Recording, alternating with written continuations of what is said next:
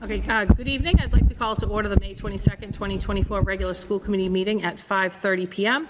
At this time, I'll entertain a motion to convene in executive session, which is a non-public session to discuss the approval of our May 1st, 2024 executive session minutes and collective bargaining pertaining to the TTA teachers, ESP aides, custodians, secretary tag, which is the Tewksbury Administrator Group, and nurses bargaining units. The school committee will reconvene in open session after the executive session. So moved. I'll second that. All right, motion by Mrs. Biagioni-Smith, second by Mr. Russo. All in favor, please say aye. Aye.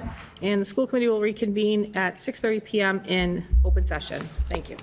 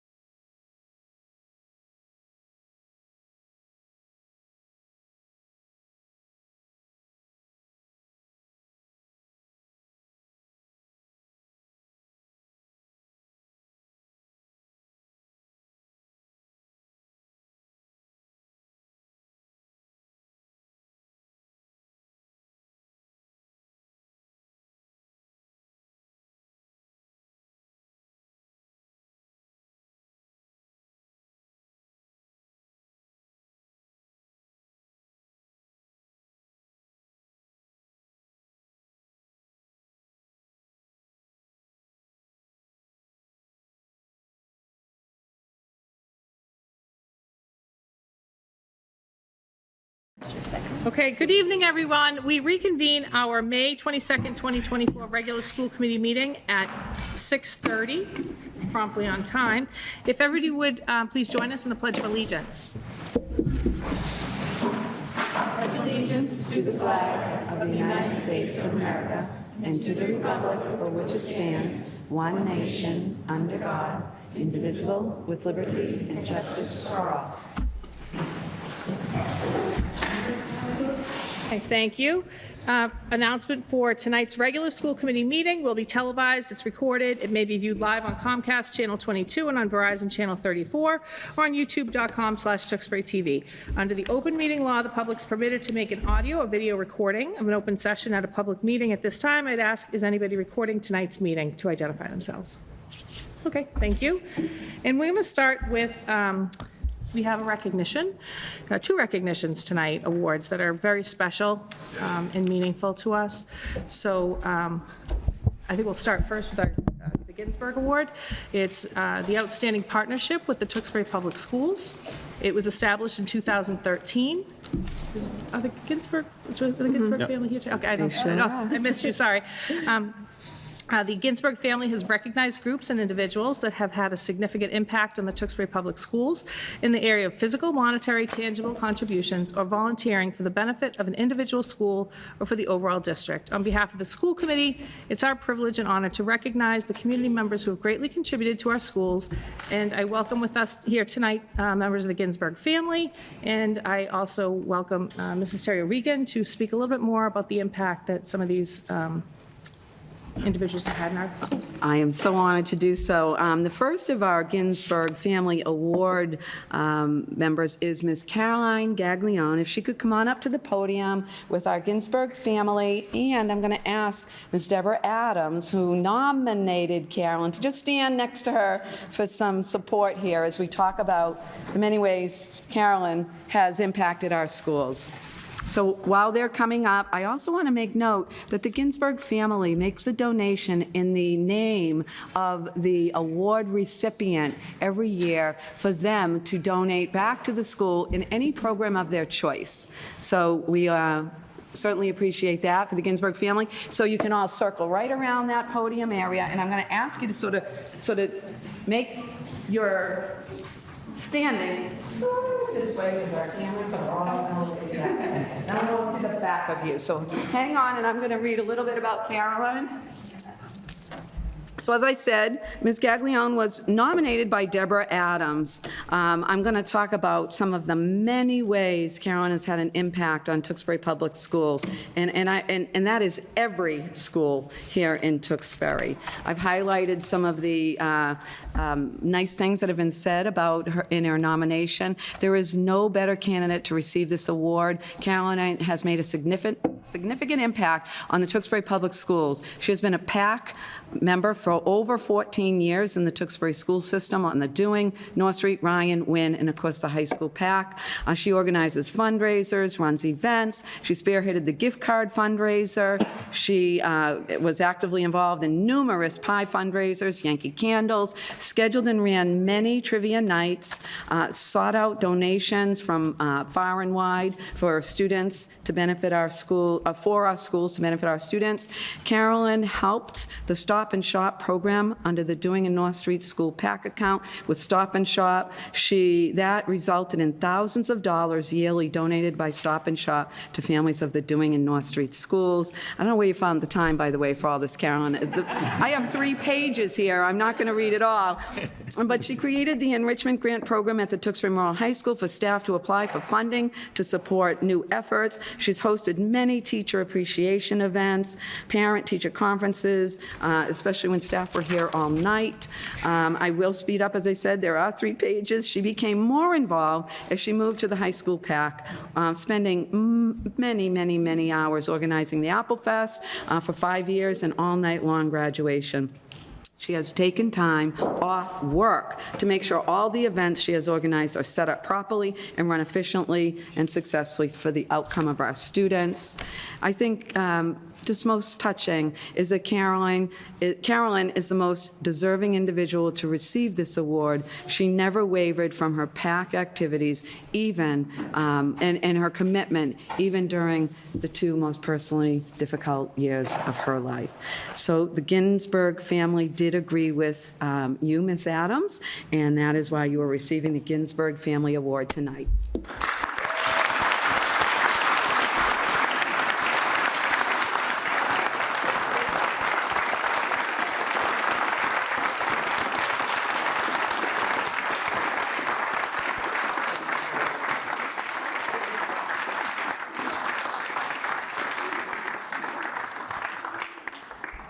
Okay, and stay right there.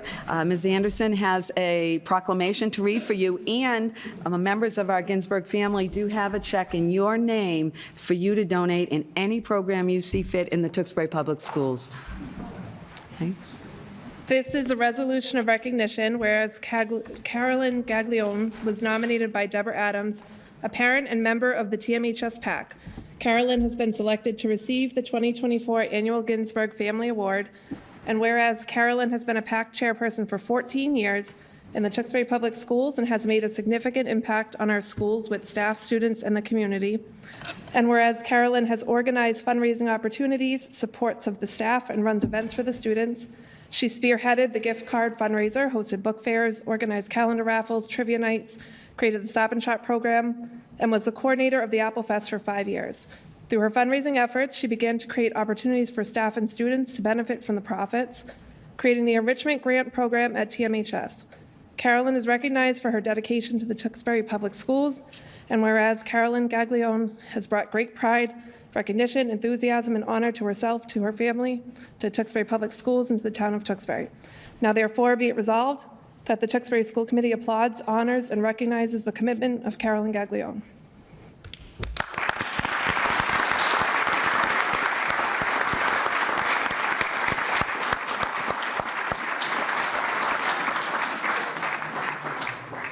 Everyone look this way, and Jason's going to take a picture of the group.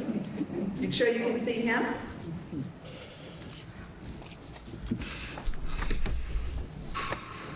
Okay, thank you very much. Thank you. Thank you very much.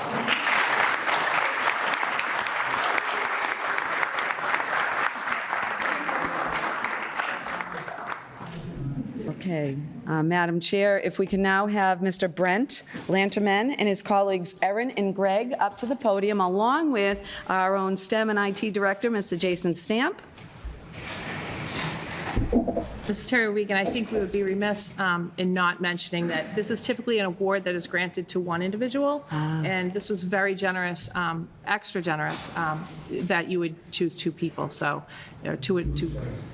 Yeah, So thank you, Mark.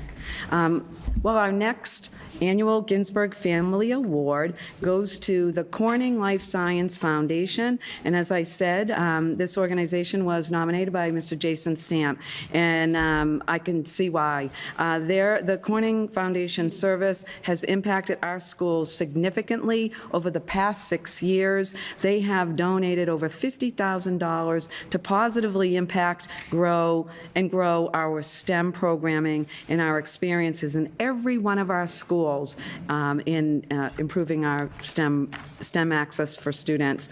Mr. Stamp has nominated this organization as they continue to dedicate resources and relevant STEM experiences, including an upcoming field trip to really show students how life science is really actualized out in the manufacturing world. So thank you for your generous donation of time and effort and funding to our program. In fact, we're going to be honoring our robotics team in a little bit, and you've had a hand in that too. So you've touched the lives of every single student in their STEM experiences here at our schools, PK through 12. So thank you so much for that.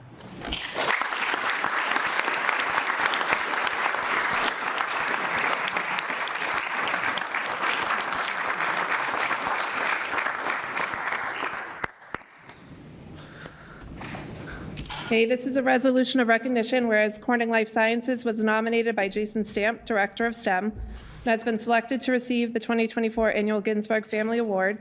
And whereas Corning Life Sciences has generously donated $49,000 over the past 5 years to support the iSTEM lab at the Ryan School, the STEM lab at the Winds Middle School, the STEAM labs at the Dewing and Heathbrook schools, and has supported science enrichment at our 3 elementary schools. And whereas Corning Life Sciences is dedicated to making a positive impact on the communities in which employees of Corning Incorporated Foundation live and work, we are fortunate to have Brent Lanterman as a Tewksbury community member and a TPS parent. And whereas Corning Life Sciences are true friends to the students and staff at the Wynn, Ryan, Center, Dewing, and Heathbrook schools, they are a true testament that it takes a community to raise children. Now therefore be it resolved that the Tewksbury School Committee applauds, honors, and recognizes the commitment of Corning Life Sciences for their continued support to the Tewksbury Public Schools.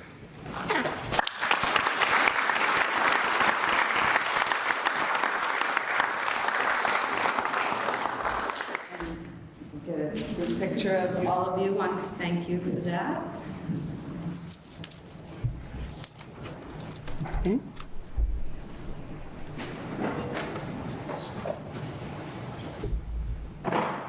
Okay, great. Thank you. Thank you so very- much. Thanks for being here.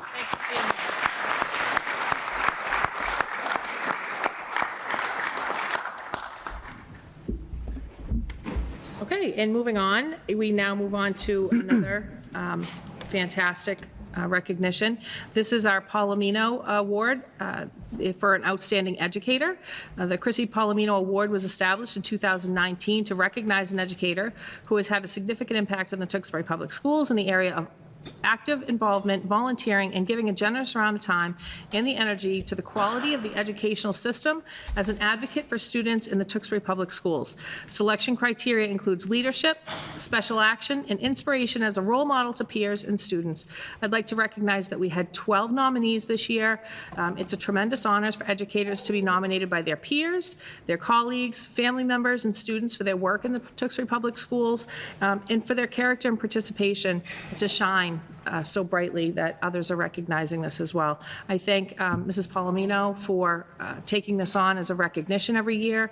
It's very, very special to us, and you know, we're very lucky and it's very generous for her to participate this way. So I invite you, Mrs. Terry Regan, to share some more words about this. Thank you. I'm going to invite Ms. Palomino up to the podium, as well as Ms. Grassa Dudley, but I think I would be remiss in not recognizing, as you all know, Ms. Palomino is no stranger to our school committee recognitions. She's been was a member of our school committee as well as the chair for many, many years, and has championed on behalf of our educators and doing their best for students and recognizing that. So thank you for being here tonight. And again, let's have Ms. Grassa Dudley up to the podium, along with her nominating colleagues, Ms. Karen Hodgson, Ms. Bailey Mahoney, and Ms. Melanie Ryan. So, Grassa. And Andrew Long, thank you, Andy, for coming up, the principal here at the high school. I have 3 pages as well of things your colleagues have said about you, but let me just start with the beginning here. You have seen Grassa at these meetings many times. You know of her enthusiasm in improving student experiences here at the high school, especially our language learners. Grassa is an outstanding member of the high school. She's one of the first teachers in the building, and she is constantly supporting our students. She does so much to make sure students feel successful in learning a second language. Areas of active involvement: improves programming in the World Language Department, plans field trips in the classroom experiences to enhance culture in the classroom, chaperones various events when asked, attends numerous extracurricular activities, supports our heritage speakers by helping them achieve the seal of biliteracy, really a baby that she and Ms. Hodgson have brought to this high school, attends middle school multicultural night to support our diverse school community, spends several weekends a year doing volunteer work with the International Club, Souls for Souls, Shoe Drive, Town Cleanup, creates blankets to donate to shelters in need, works at soup kitchens, providing meals. I know, I'm sorry, that's much more exciting over there than listening to me, but these are all the amazing things Grassa has done.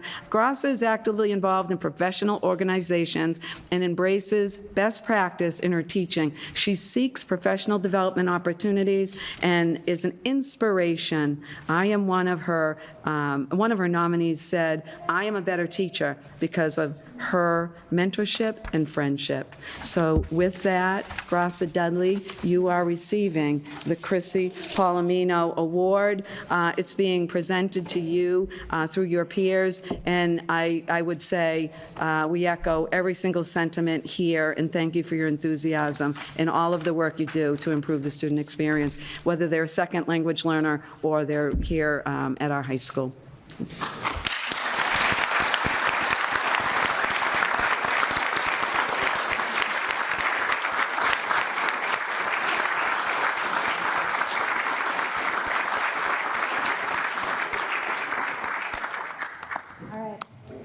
So I'm going to read a resolution of recognition, whereas Grassa Dudley was nominated by Karen Hodgson, Melanie Ryan, and Bailey Mahoney, teachers from Tewksbury Memorial High School, and has been selected to receive the 2024 annual Chrissy Palomino Outstanding Educator Award, and exemplifies all of the fine qualities that make her an exceptional educator.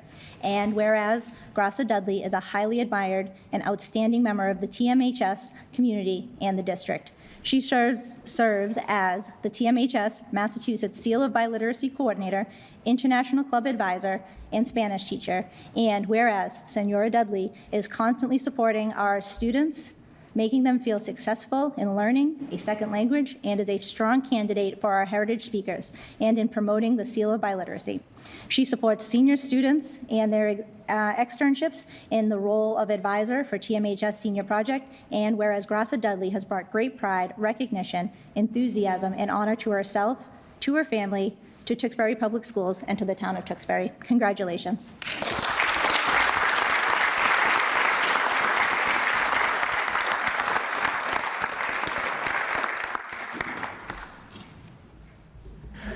Get in for a picture. All right. Thank you. Thank you. All right, Ms. Palomino, we'll have you stay right there. Well, our next recipient of the Chrissy Palomino Outstanding Educator Award goes to Ms. Sue Hogan, Susan Hogan. I lovingly refer to her as Sue. Come on up, Sue, and you may bring your family with you as well.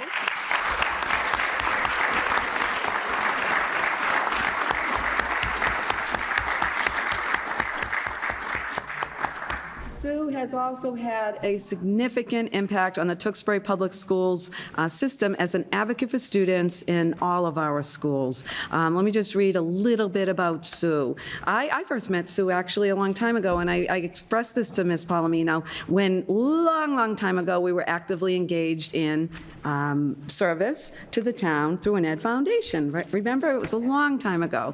And your kiddos were really little then, but Sue has worked at our Doing School, our Ryan School. She has worked in every one of our schools as a long-term substitute. She has been with us for the past 23 years, beginning her full-time teaching at the Ryan School in grade 5 science and math, grade 6 science and math, then grade 6 literature specialist, then grade 6 moderate special needs teacher, and now presently as the Ryan School special ed case manager. By the way, wait a minute, my error here. Where is Miss Judy McGinnis? I'm right here. Okay, she's in the back. And Bill Hart. My apologies.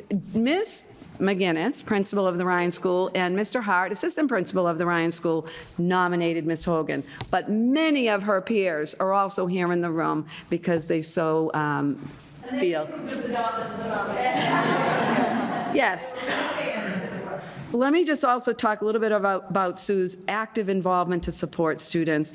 She was an after-school Title I intervention teacher. She's been an after-school math club teacher for students, professional learning community facilitator for English language arts, a mentor for new teacher, PAC president, 2001 board member of Tewksbury Youth Soccer, and 2002 coach for the Tewksbury Youth Soccer. Quite simply put, Sue never says, no, not my job. She has stepped up, raised her hand, and has helped serve students and families in these multiple roles, and continues to do so in probably one of the most complex and difficult roles in her final years with us. So we so appreciate and thank you for all you have done for students, for families, for the administration, and for all of your colleagues. So, Thank you.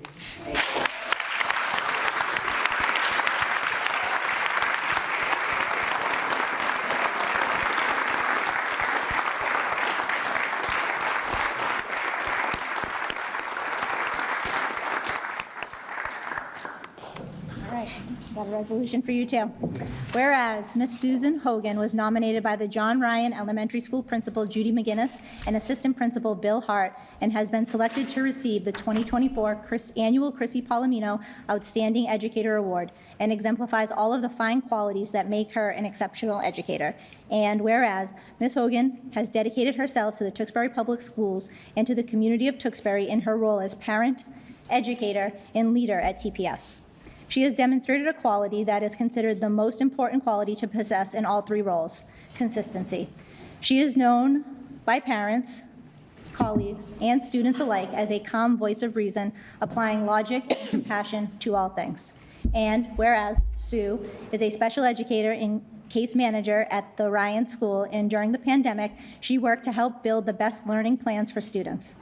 She is referred to as Mom, and she is constantly has visitors from all corners of the Ryan School community: teachers, aides, administrators, and students, all seeking the same experience: Sue's support. She finds the time to talk through difficult situations, collaborates, and mentors for positive outcomes for students. Whereas Susan Hogan has brought great pride, recognition, enthusiasm, and honor to herself, to her family, to Tewksbury Public Schools, and to the town of Tewksbury. Congratulations.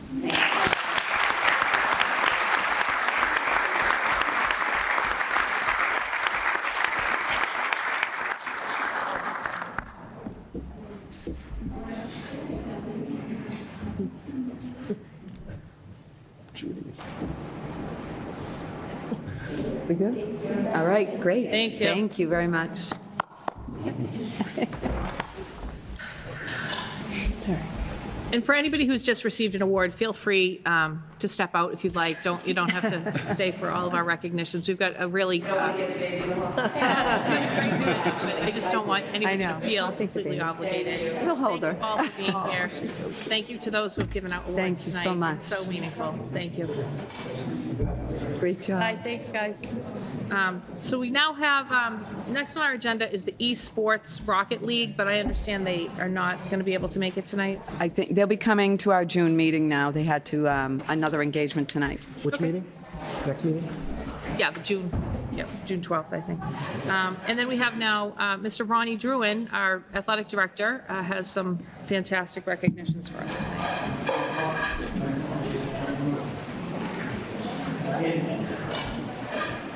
Thank you for having us. Congrats to all the winners of the Ginsburg Award and the Palomino Award. Two very generous donations from those families.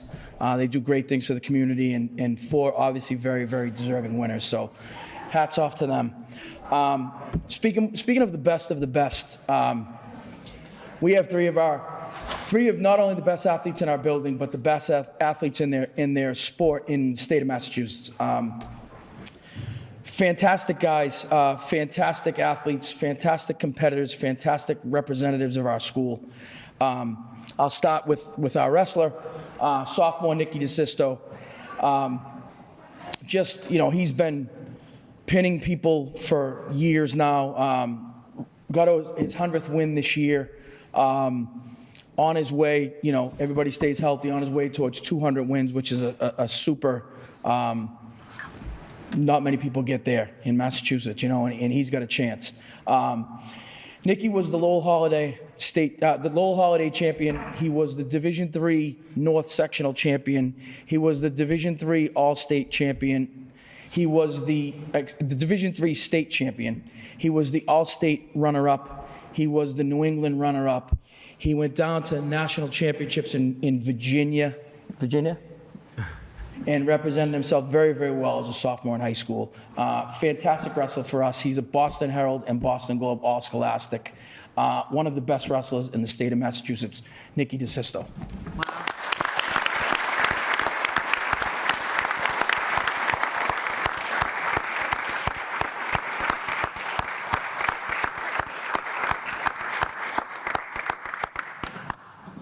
So I feel like we we're just here a year ago, Nikki, actually doing this as a freshman for you. So this is quite the honor, and it's certainly my pleasure on behalf of the school committee to present this resolution of recognition. So whereas Nicholas DeSisto is a sophomore at Tewksbury Memorial High School and a member of the TMHS varsity wrestling team, and whereas Nikki is the Lowell Holiday champion, Division III North Sectional champion, Division III state champion, Massachusetts All-State runner-up, and the New England runner-up. And whereas Nikki has been named the 2023-2024 Boston Herald and Boston Globe All-Scholastic in wrestling, and whereas Nikki has brought great pride, recognition, and honor to himself, his family, and the Tewksbury Memorial High School, and to the town of Tewksbury. Now therefore be it resolved that the Tewksbury School Committee applauds, honors, and recognizes the many achievements of Nicholas DeSisto. Congratulations.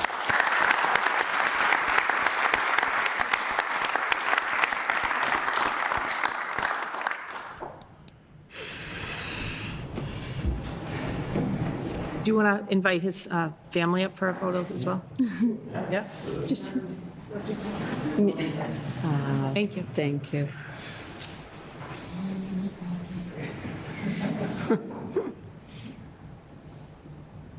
Great. Thank you. We have a couple of our hockey players.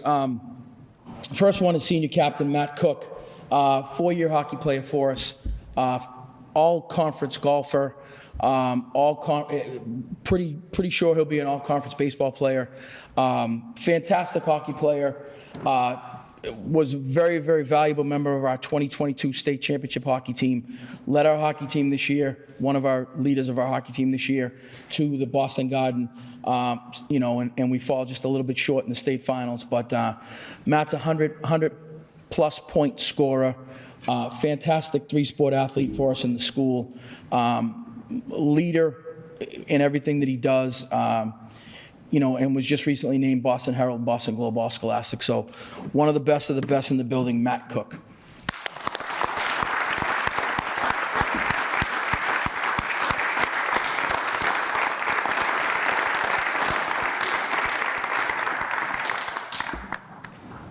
So on behalf of the school committee, Matt, we have this resolution of recognition, whereas Matt Cook is a senior at Tewksbury Memorial High School and a team captain of the Redmond ice hockey team.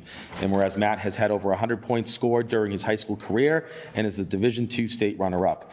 And whereas Matt has been named the 2023-2024 Boston Herald and Boston Globe All-Scholastic in ice hockey.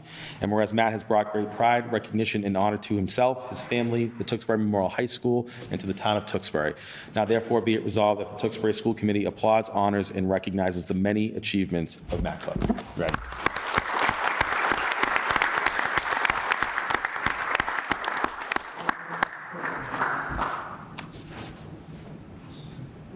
Just in time.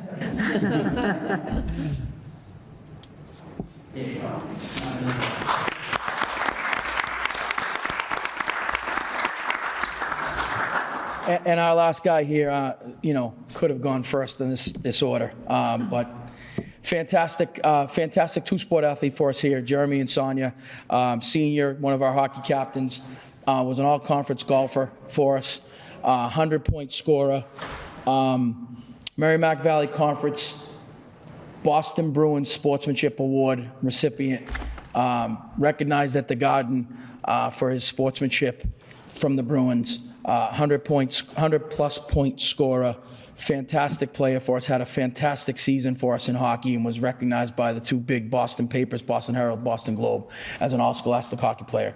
Another fantastic representative of our school, Jeremy and Sonia.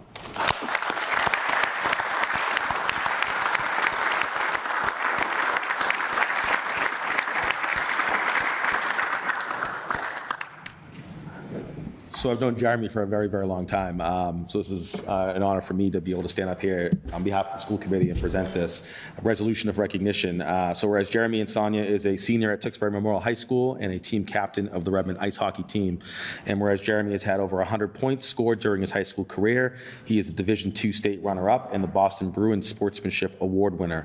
And whereas Jeremy has been named the 2023-2024 Boston Herald and Boston Globe All-Scholastic in ice hockey, and whereas Jeremy has brought great pride, recognition, and honor to himself, his family, the Tewksbury Memorial High School, and to the town of Tewksbury.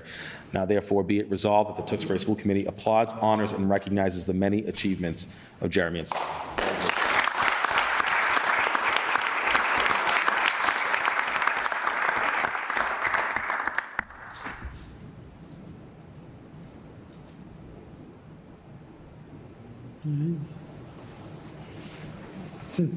Thank you. Thank you for having us. Thank you, Mr. You're Jordan. welcome. Have a good day. So that it remembers every bit of it, isn't it?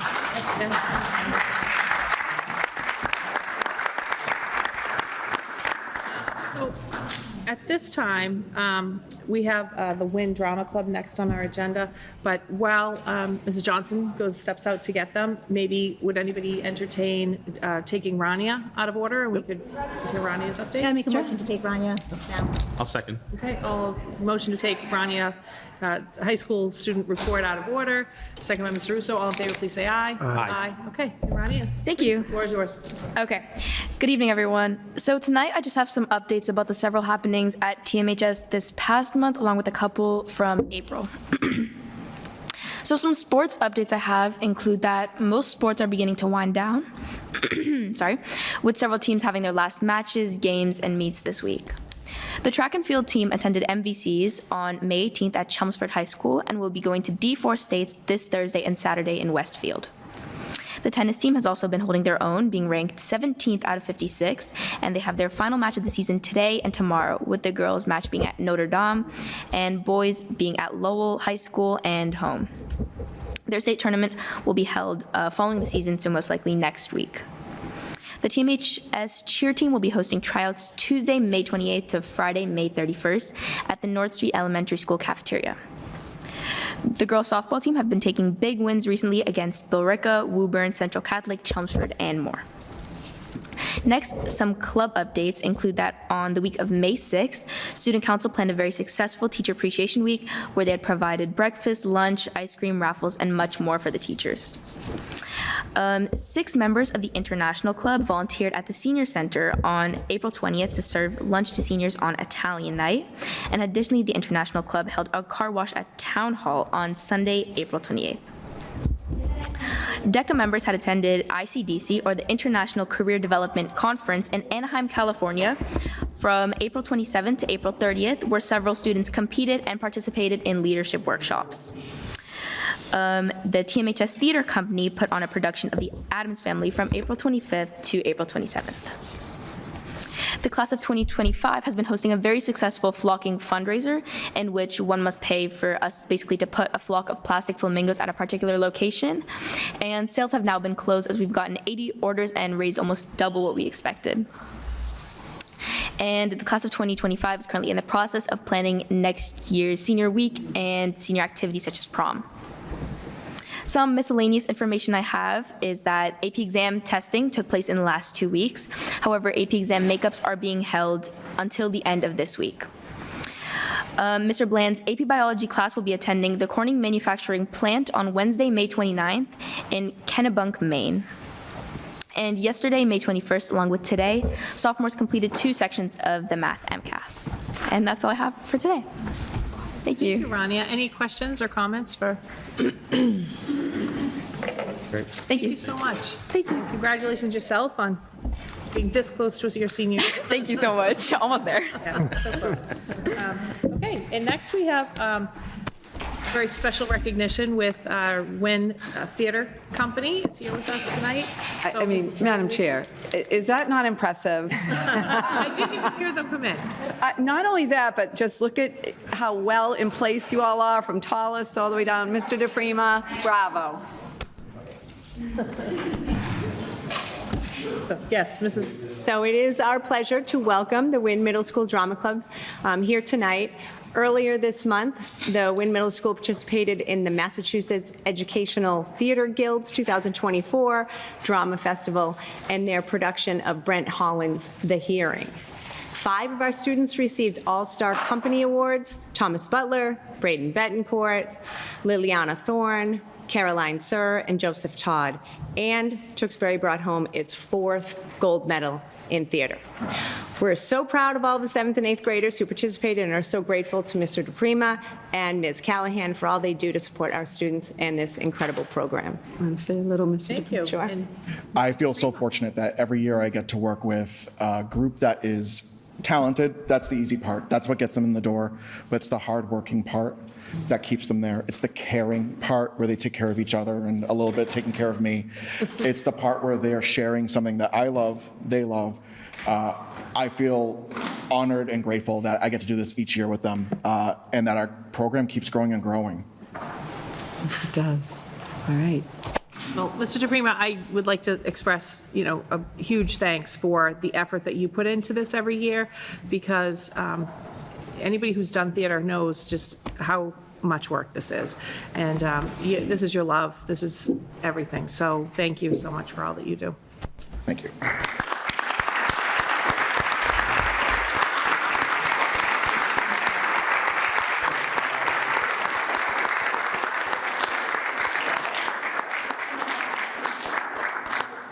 Yeah, I didn't do any of my vocal practices to get all these names, so be kind to me. All right, I have a resolution of recognition, whereas the John Wynn Middle School Drama Club's cast and crew participated in the Massachusetts Educational Theater Guild's 2024 Middle School Drama Festival, representing our district in this statewide event with their production of Brent Holland's The Hearing. Cast and crew includes, be nice to me if I mess up, and I'll fix it after, I promise, Ellie Allard, Braden Betancourt, Mia Betancourt, Thomas Butler, Sophia Campbell, Fiona Cretion, Lila Costello, Maria Bella Cracciolo, Caroline Sear, Gianna Dampolo, Gianna DeCico, Alia Dunak, Camila Garcia, Christopher Grasick, Maria Johnstone, Joseph Kane, Caroline Kaplan, Emma Kinnan, Katrina LePage, Winter Liu, Haley Martell, Ian Milner, Cormac Naughton, Elena Nelson, Haley Page, Trisha Patel, Max Rossio, Delilah Ricker, Sophia Rommel, Emma Smith, Daphne Tamby, Sophia Tejada, Liliana Thorne, Joseph Todd, Ella Tui, Henry Vialacourt, Kaylee Walsh, Celeste Webb, Arden Yandau, and advisors Jonathan DePrima as advisor and director, and Destiny Callahan, assistant director. Whereas the cast and crew of The Hearing brought home Tewksbury's 4th gold medal in theater. Thomas Butler and Braden Betancourt received All-Star Company Awards for Technical Theater. Liliana Thorne, Caroline Sear, and Joseph Todd earned All-Star Company Awards in Artistic Performance. Whereas the John Wynn Drama Club, under the direction of Jonathan DePrima, demonstrated dedication, pride, enthusiasm, and honor to themselves, their parents, and families, to the Wynn Middle School, and to the town of Tewksbury. Now therefore be it resolved that the Tewksbury School Committee applauds, honors, and recognizes the commitment of the members of the John Wynn Middle School Drama Club. Congratulations, everybody.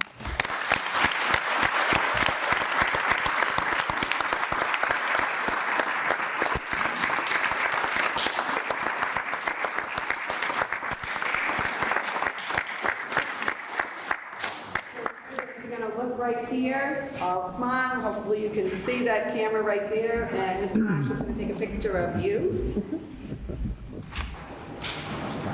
Got it, thank you.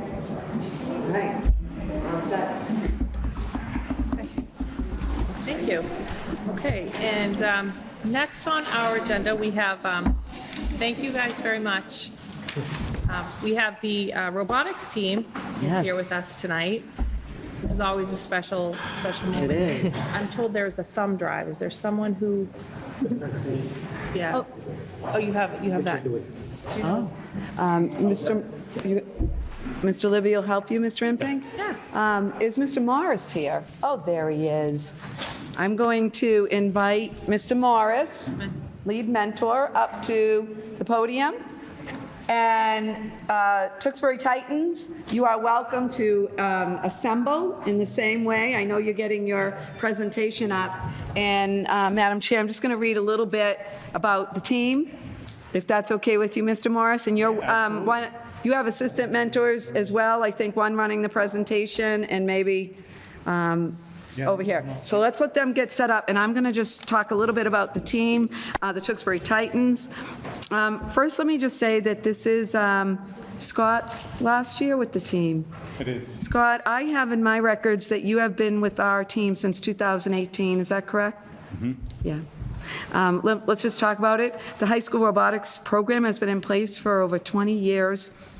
Is supported by outside mentors, teaching the students how to design, fabricate, build, program, and operate a competitive robot for the FIRST robotics program.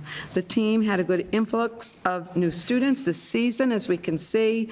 In October, and I was able to attend this event, it was amazing, the team collaborated with Team 4909, the Bionics from Billerica Memorial High School, to host the New England Robotics Derby right here at the Tewksbury Memorial High School. This was a wildly successful event with 34 teams. I can tell you that team wannabes, schools that don't have a robotics team, was asking, how did we do this? Knowing how small our school is and that we only have, one robotics class, and how did we manage to pull this off? So we gave them some good advice.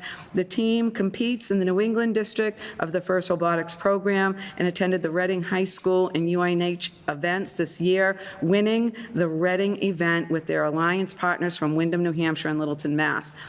They accumulated enough points during these events to qualify for the New England Championship at the Eastern State Expo Center in Springfield, Mass., which is a huge accomplishment, team. I'm going to let your lead mentor, Mr. Scott Morris, talk a bit more just about your experience in our team, and I think you have some pictures or presentation to show us. Oh, yeah. Yeah, so thank you for the time tonight. Appreciate it. It's been an amazing journey for me here. I moved 90 minutes away from here back in December, so it's been a bit of a road challenge the last 4 or 5 months, keeping everything together, but the kids did awesome. The kids are actually going to talk to you versus me. I could tell you lots of things. The program's awesome. I'm working with the principal to get a job description done and start searching for a replacement for me. So we can get that going, get it started, and hopefully get somebody in here quick to keep the program going. So, all right, you guys gonna go from there? All right, they're gonna take it away. Thank you. Thank you. So what is FRC? FRC is part of FIRST Robotics Competition. It's an annual game, changes every year, so you have to build a new robot every single year. It's led by us, the students, and the mentors are there to guide and help along the way. And we build our robots to compete with other schools and teams from across New England. There's many different skills involved. We've got manufacturing skills and design skills. We've got coding and software. We've got electronics that we have to do for the robot. But then there's also parts of it that aren't engineering. It's more business, marketing, personalization as well. So who we are. So we're 1474, the Tewksbury Titans, and this year is actually our 20th year. We were established in 2004. We have 10 to 15 active members that show up in the shop and work hard, and we have 6 mentors that lead all this hard work. Usually during the on-season, we meet about 4 times a week, ranging from 25 hours in the shop to 45 hours a week. And we have 2 to 3 competitions that count for the actual season, and then to develop our skills during the summer and off-season before the school starts, it's 3 more off-season events. What we did this year, we competed at the North Shore District event and actually won it. That was our first time in 16 years we won the event. We supported another FRC team throughout the season. We implemented our cutting-edge new drive system called Swerve Drive, and we attended multiple town events for the St. Colleen Bike Road and took good pride in it. We also hosted NERD, New England Robotics Derby, in collaboration with Team 4909, Ulrika, and which was a post-season friendly competition, which was attended by 32 teams. The outlook and impact of FOC is very vast. It's the only sport where kids actually go pro, and we mean they basically, everyone who does FOC goes on to typically be an engineering major. Some go to most of them go on to go into engineering in college, and beyond that go actually into engineering. All members in our last 5 years have pursued, all members of the team in the last 5 years have pursued STEM major. Some going to MIT, Northeastern, WPI, UMass Lowell, and U Rochester. There are many industry connections and scholarships you get from being in FLC. For instance, WPI offers a scholarship in which you could potentially get a full ride if you express what your team did throughout the year to further improve the robot. There's a very strong foundation in STEM and soft skills that you learn from being in FLC. For instance, I started on the team knowing very little about electronics, but now I can fully within a day wire a whole robot and teach everyone how to do that. Some of the ways the community can contribute. One big way is spreading the word about the robotics program to other students and the community in general. Sponsorships and in-kind donations are some of the best ways to help support the team. It provides the funds for us to go to the competitions and build the robot. Faculty communication assistance is also very important because we need permission to go to the events, and having that connection within the school is very helpful. And storage space too, because there's a lot of materials that are involved with the robot. Oh, well, thank you. Do you mind if I open this to questions from the committee? Yeah. Oh, great. Any questions or comments? I mean, I saw the trophy case down there, and it was pretty impressive. So, I'm going to have to build you a bigger one. I think it's going to need some room. So keep it up. Thank you. So I went to your robotics competition, and you guys have brought me through your workshop, and the things that you were showing me, the passion that you guys had was amazing, so keep it up. And I think continuing to bring your robots and your talents to different events around town will help to spread the word on what you guys are doing up at the high school. So great job. Mr. Russo? Yeah, no, thank you so much for sharing. It's actually wonderful for a change to actually have the students present. We're so used to having administrators and whatnot from our school department. So thank you so much for leading us in that. I'm just curious, how many seniors are here? Okay, so where are you guys all going to school next year? Me and you were both going to WPI and I'm going to MIT. MIT? All right, awesome. All right. Congratulations. Congratulations. Yeah. Mrs. B. Johnny Smith? It's pretty impressive.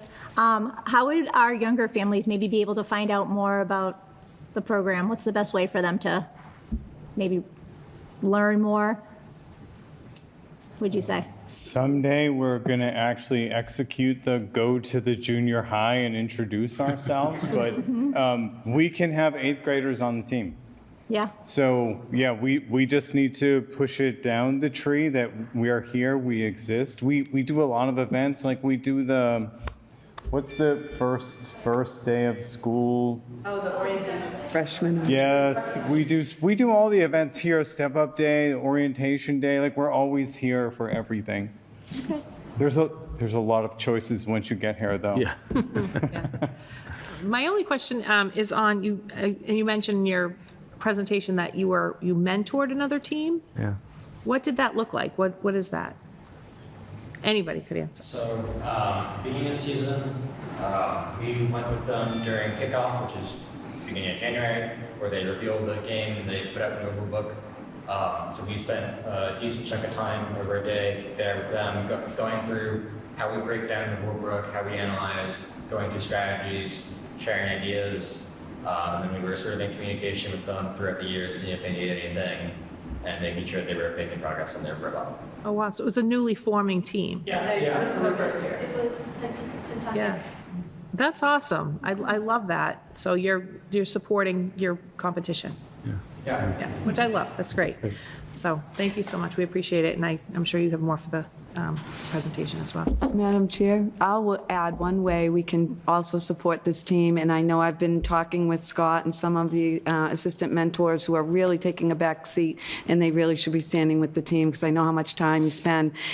When you leave tonight, I guarantee you'll hear the whirring and the buzzing. This team is just so hardworking. They're here all the time. But what's just really so impressive, because I stop in and I chat with them, and they show me some of the technical stuff, but it's really the collaboration. And really, in the industry of engineering and the fields that you all may go into, that's the key, is that you're working on a team to create amazing stuff, to save the world someday, right? The robot is a symbol of that type of work. A lot of smart brains are working together to make something great. And I can't say just enough how much we want to support this group. We are working on some more dedicated space in this school so that you have a place to not only store stuff, but do your computer programming and leave it be. Practice with the robot when it comes to competitions and have a mock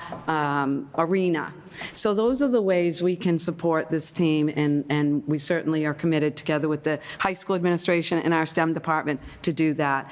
We want to keep growing this program. It serves more than the robot. It really, it just brings so many skills, together through this one class. Well, certainly anything, I think we're most likely sounding like we're in agreement. Anything that, from a committee perspective, we can do to support the growth of the program, the strength of the program, we're here. So, this is Okay. something very important. It's valuable, and it's a pretty special group of kids. It's more than doubled in the last few years as well, so in terms of participation. So. Well, I think there's some recognitions to read to the team before maybe you show off the robot. Okay, so Why don't we have the whole team go, you can all stand together. on behalf of the Tewksbury School Committee, whereas the TMHS Titans robotics team demonstrated hard work, sportsmanship, perseverance, and character throughout the 2023-2024 competition season. And I'm sorry if I mess up anyone's name. Members Renuka Late, Jared Woodman, William Mullins, Maya Sakdev, Donovan Conway, Dylan Warren, Joanna Green, Alex Grove, Amelia Lombardi, Chris Abergast, Luke Jodoin, Rose So, Advisor Scott Morris, Volunteer Parents and Mentors Victor Impink, Abish DeWild, Burke Akinsey, Chris Mullins, Randy August, Josh Nichols, and former students David Penny and Eric Impink. And whereas the Titans robotic team collaborated with Team 4909 Bionics from Billerica Memorial High School to host the New England Robotics Derby at TMHS in October 2023. This was a successful event with 34 teams from all over New England competing, and whereas the Titans competed in the New England district of the first robotics program and attending the Reading High School and UNH events this year, winning the North Shore district competition in reading and and accumulating enough points to qualify for the New England Championship at the Eastern State Expo Center. And whereas TMHS Titans Robotics team have brought great pride, recognition, enthusiasm, and honor to themselves, to their parents and families, to Tewksbury Memorial High School, and to the town of Tewksbury. Now, therefore, be it resolved that the Tewksbury School Committee applauds, honors, and recognizes the many achievements of the TMHS Titans Robotics team.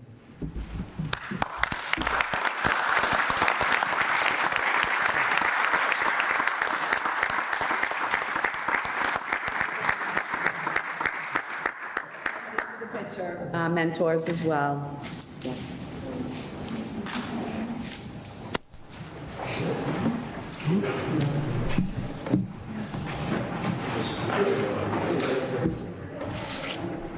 Jason, tell us when. All right, all good. Mr. Morris, please don't leave and stay right there. Okay, on behalf of the Tewksbury School Committee, whereas Scott Morris is the robotics coach at Tewksbury Memorial High School, and whereas Scott has coached the TMHS robotics team since 2018, helping to revamp the program and pull the team up, and whereas under the direction of Coach Morris, the robotics team made their third trip to the New England District Championship competition in 5 years and won a blue banner and trophy at the North Shore District competition this year, and whereas Scott Morris has brought great pride, recognition, enthusiasm, and honor to himself, to Tewksbury Memorial High School, and to the town of Tewksbury. Now, therefore, be it resolved that the Tewksbury School Committee applauds, honors, and recognizes the many efforts of Scott Morris.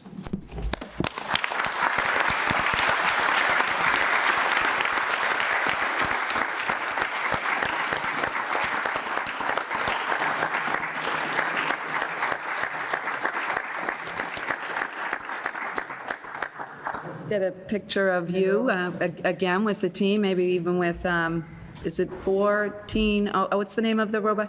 14-7. 14, okay.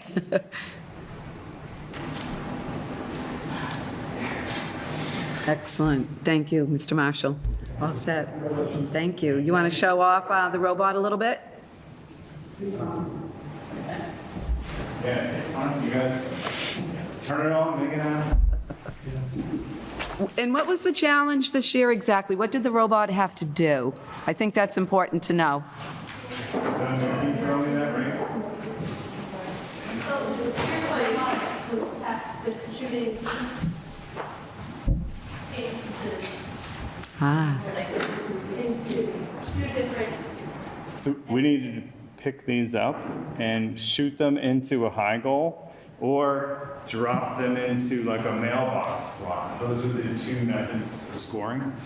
And we have some climbers on the side. There was a chain that you had to drive, hook onto the chain and pull yourself up and stay up elevated with that. That was the end game for this year. It was very fast and furious, and lots of these broke, but it was fun. And sorry, do you guys start with nothing but a rule book and then you build out this entire robot?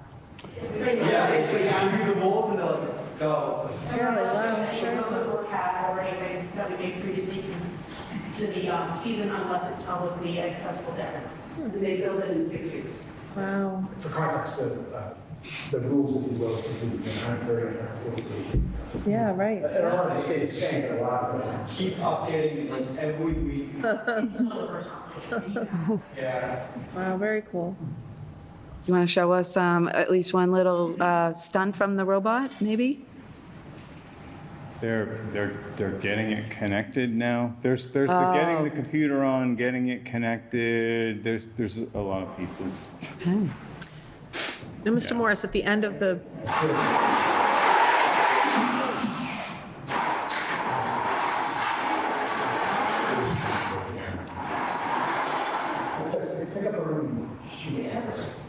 Oh, so we're going to shoot it?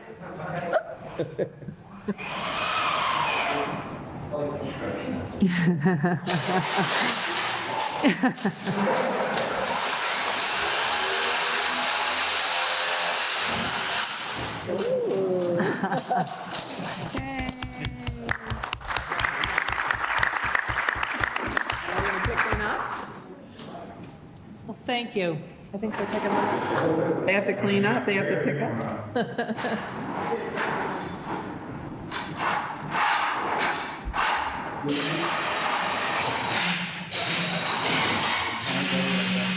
Behavior. So impressive. I know.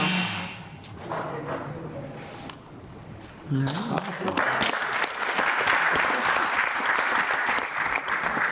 Thank you all very much. Awesome. Thank you Mr. so Morris. much. Do we want to entertain maybe a few minutes of a recess so that they Make a can break down their equipment? Motion for 5 minutes? Yep. 5-minute recess? I'll second that. All right, motion by Mr. Gino Smith, second by Mr. Russo for 5-minute recess or adjournment. All in in favor. favor, please say aye. Aye. Thank you.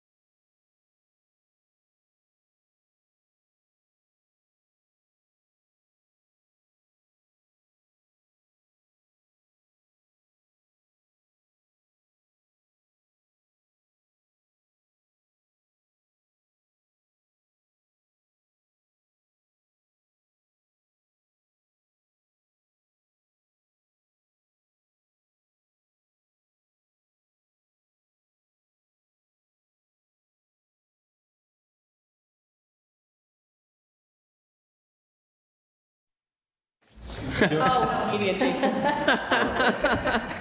You got a thumbs. Never mind. Yeah. Nobody cares about you, Jason Stamp. Right. Okay, we now resume our meeting at 7:32 PM. And this brings us to our next presentation. And I just wanted to mention, this has been a great meeting in terms of having so much recognition. I know I've limited our comments because we had so much content.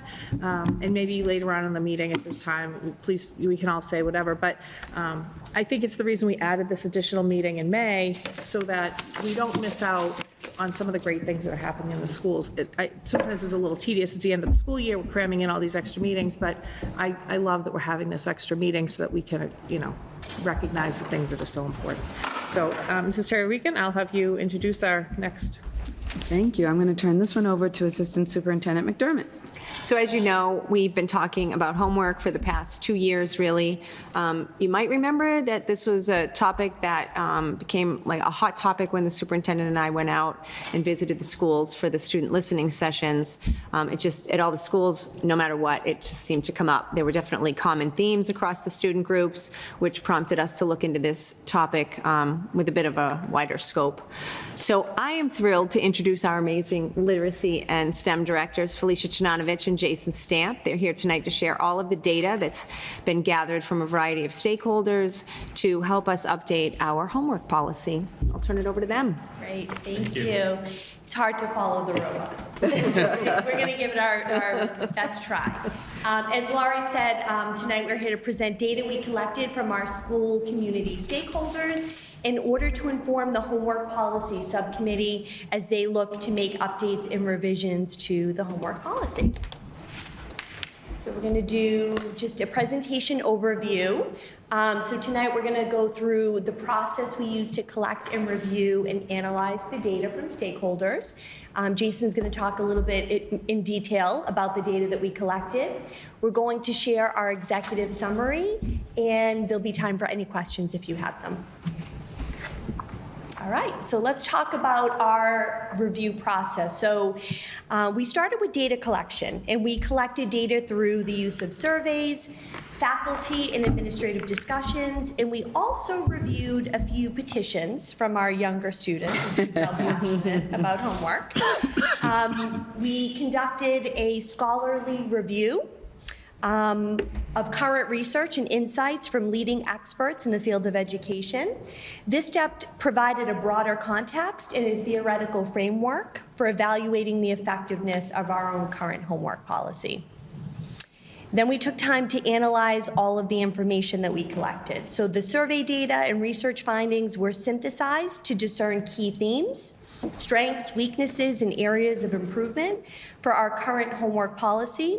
We looked at both quantitative data from the surveys as well as qualitative, so looking at open response answers and opinions that were shared, for a comprehensive understanding, which helped us develop our executive summary that we'll share a little bit later on in this presentation. And finally, we had administrative discussions. So we scheduled a meeting with building administrators to discuss the findings, insights derived from this process that could be shared with the homework policy subcommittee. Great. So as Felicia said, our stakeholders provided us with an abundance of information in a variety of ways. We had surveys tailored to students, teachers, and parents. They were crafted to assess the existing homework policy, covering workload, effectiveness, and learning impact. These surveys were then distributed to grades 5 through 12 students, all teachers, and all parents and guardians at all schools, to ensure inclusive feedback from all key stakeholders in the homework process. We also considered the research by some of the leading experts in the field of education, such as Marzano, Hattie, and Cooper. And we finally looked at our current policy just to see if, it was aligned to what we were actually seeing. So the next few slides will just focus on the survey data. There we go. Okay, so this slide represents, so we had 3 different surveys that went out. This one represents the student responses. So we looked at the quantitative data you can see these circle graphs here above, and then also the qualitative data with those open responses, and we had a lot of responses, so we leveraged a little bit of artificial intelligence. We used Zapier to sort of summarize the open responses, and that gave us some of these summary statements that we included in the bottom of these slides. So you'll see that in the bottom of these next few slides. So just some key points to note. If you're looking at the circles from left to right, more than 64% of our students are spending 45 minutes or more on homework. About 54% of our students are saying they have too much homework. Approximately 70% of our students believe that homework is at least sometimes helpful. So when you look at that last circle, it's mostly helpful, it's sometimes helpful. So I included those top two categories to say that they think that 70% believe that it's somewhat helpful. Just looking down below, the students acknowledge the role of homework in reinforcing classroom learning. They expressed a desire for assignments that better correlate with their outside interests and provide opportunities for enrichment. That was sort of a common theme we did also see, not only with the student responses. The survey highlighted mixed feelings regarding the development of independent work study habits through homework, with some students feeling supported in this area and others not.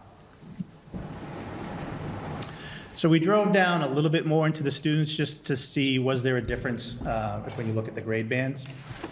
So for grades 5 to 8, again, looking at the circles from left to right, about 63.1% of the students spend more than 45, and this is grades 5 through 8, sorry. About 63% of students spend more than 45 minutes a night on homework. In grades 9 through 12, that's about 74% of our students that spend more than 45 minutes a night for homework, according to this, according to these responses. And as you can see, the majority of students in both grade bands feel that there is too much homework. So it's a majority. It's just over 50% in both of those. When we looked at the parent responses, so same sort of format. We also had Zapier look at our qualitative data as well, so you'll see that summary at the bottom. But looking from left to right, 63% agree that the objectives of the current homework policy support student learning. 66% feel that the time guidelines are not appropriate and from our current policy. And then if you look below there, parents expressed diverse opinions on homework. A notable portion advocating for a reduction in the quantity to alleviate stress on families. There was a strong call from parents for homework that enhances homeschool communication. That was, and you'll see that is a key, sort of a key point from the scholarly research that we've seen too. And then concerns also voiced about the need for homework assignments to be more tailored towards individual needs, so more differentiated experiences with homework.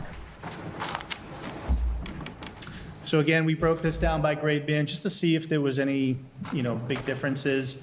And as you can see, there's some differences in the percentages, but overall, it's pretty consistent where when we're looking at, let's see, what page am I on? Here we go. Sorry.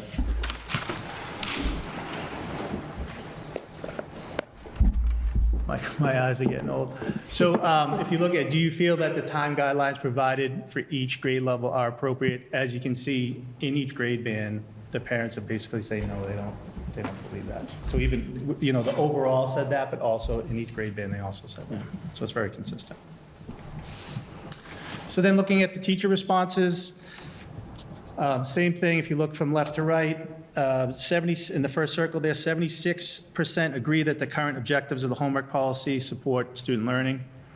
It was good to see that. With the teachers and with the parents, that looking at the policy that we have in place, that the objectives sort of were in line. So there wasn't a lot that had to be adjusted there, in my opinion, and basically what we've seen from the results here. But it was nice to see that.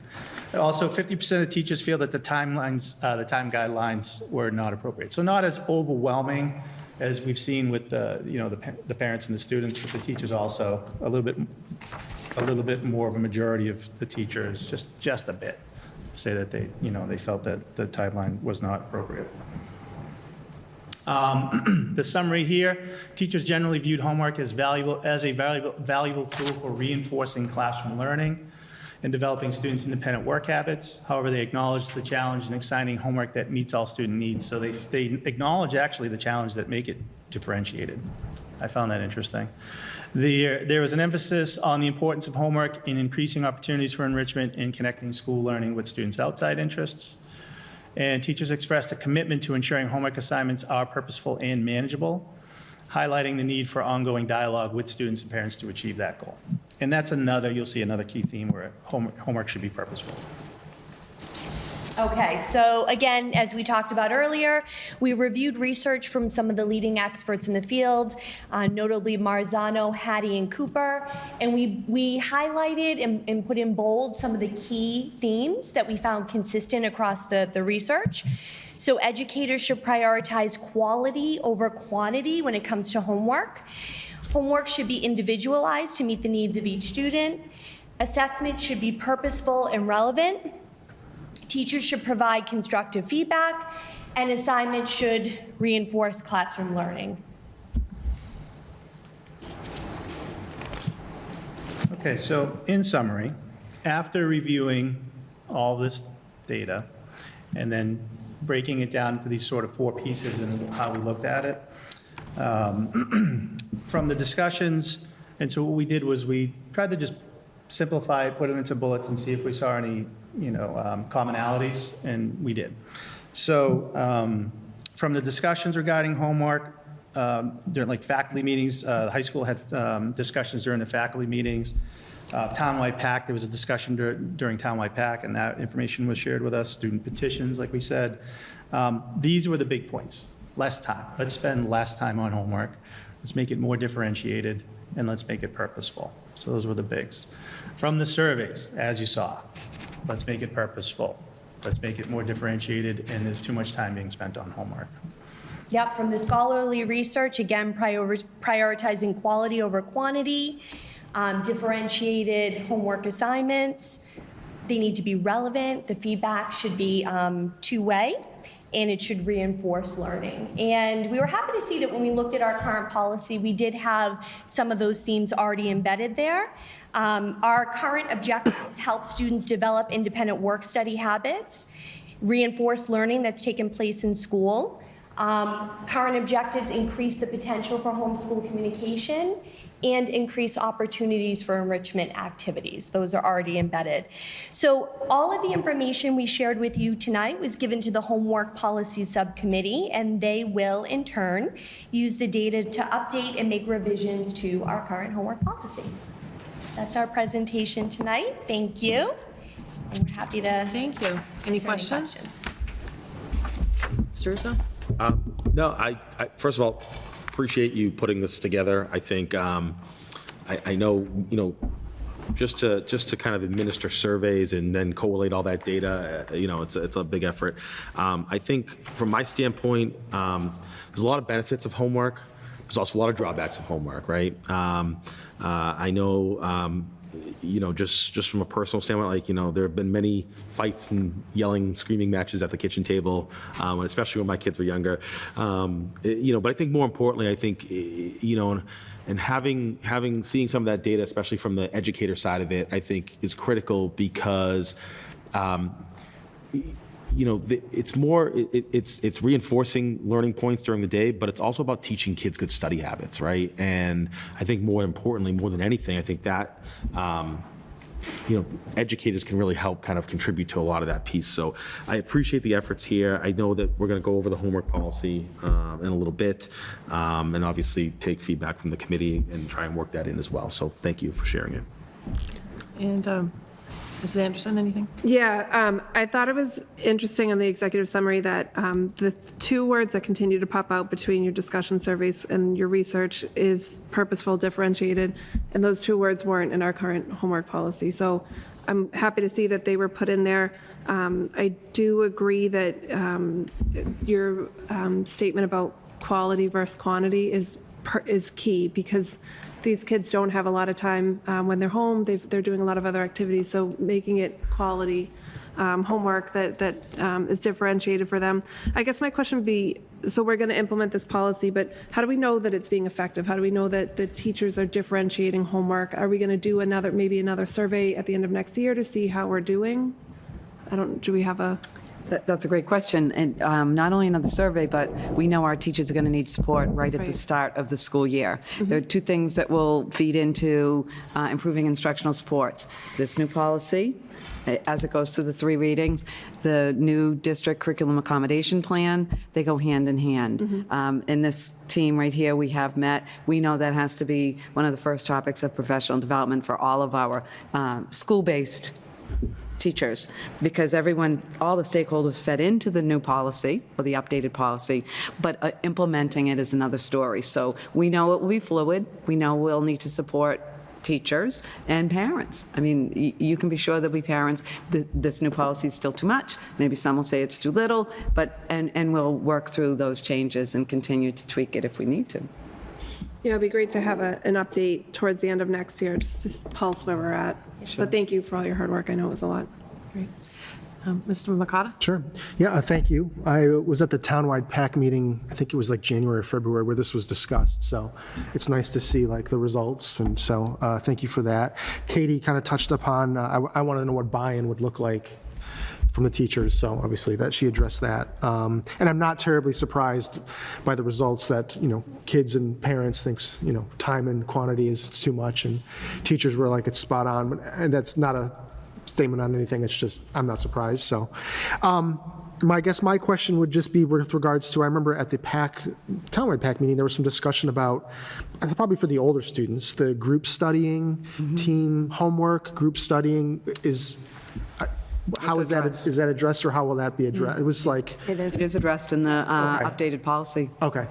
I mean, we just saw an amazing example of collaboration and teamwork and learning, and that's something that can happen in the homework, relevant homework, and purposeful as well. And I guess we're all in agreement, or there is an agreement then that it's obviously beneficial, because there's some comment at the PAC meeting that, our students really learning when they're just kind of in a group setting, kind of just doing the homework together and answering each other's questions, and it was, so, yeah.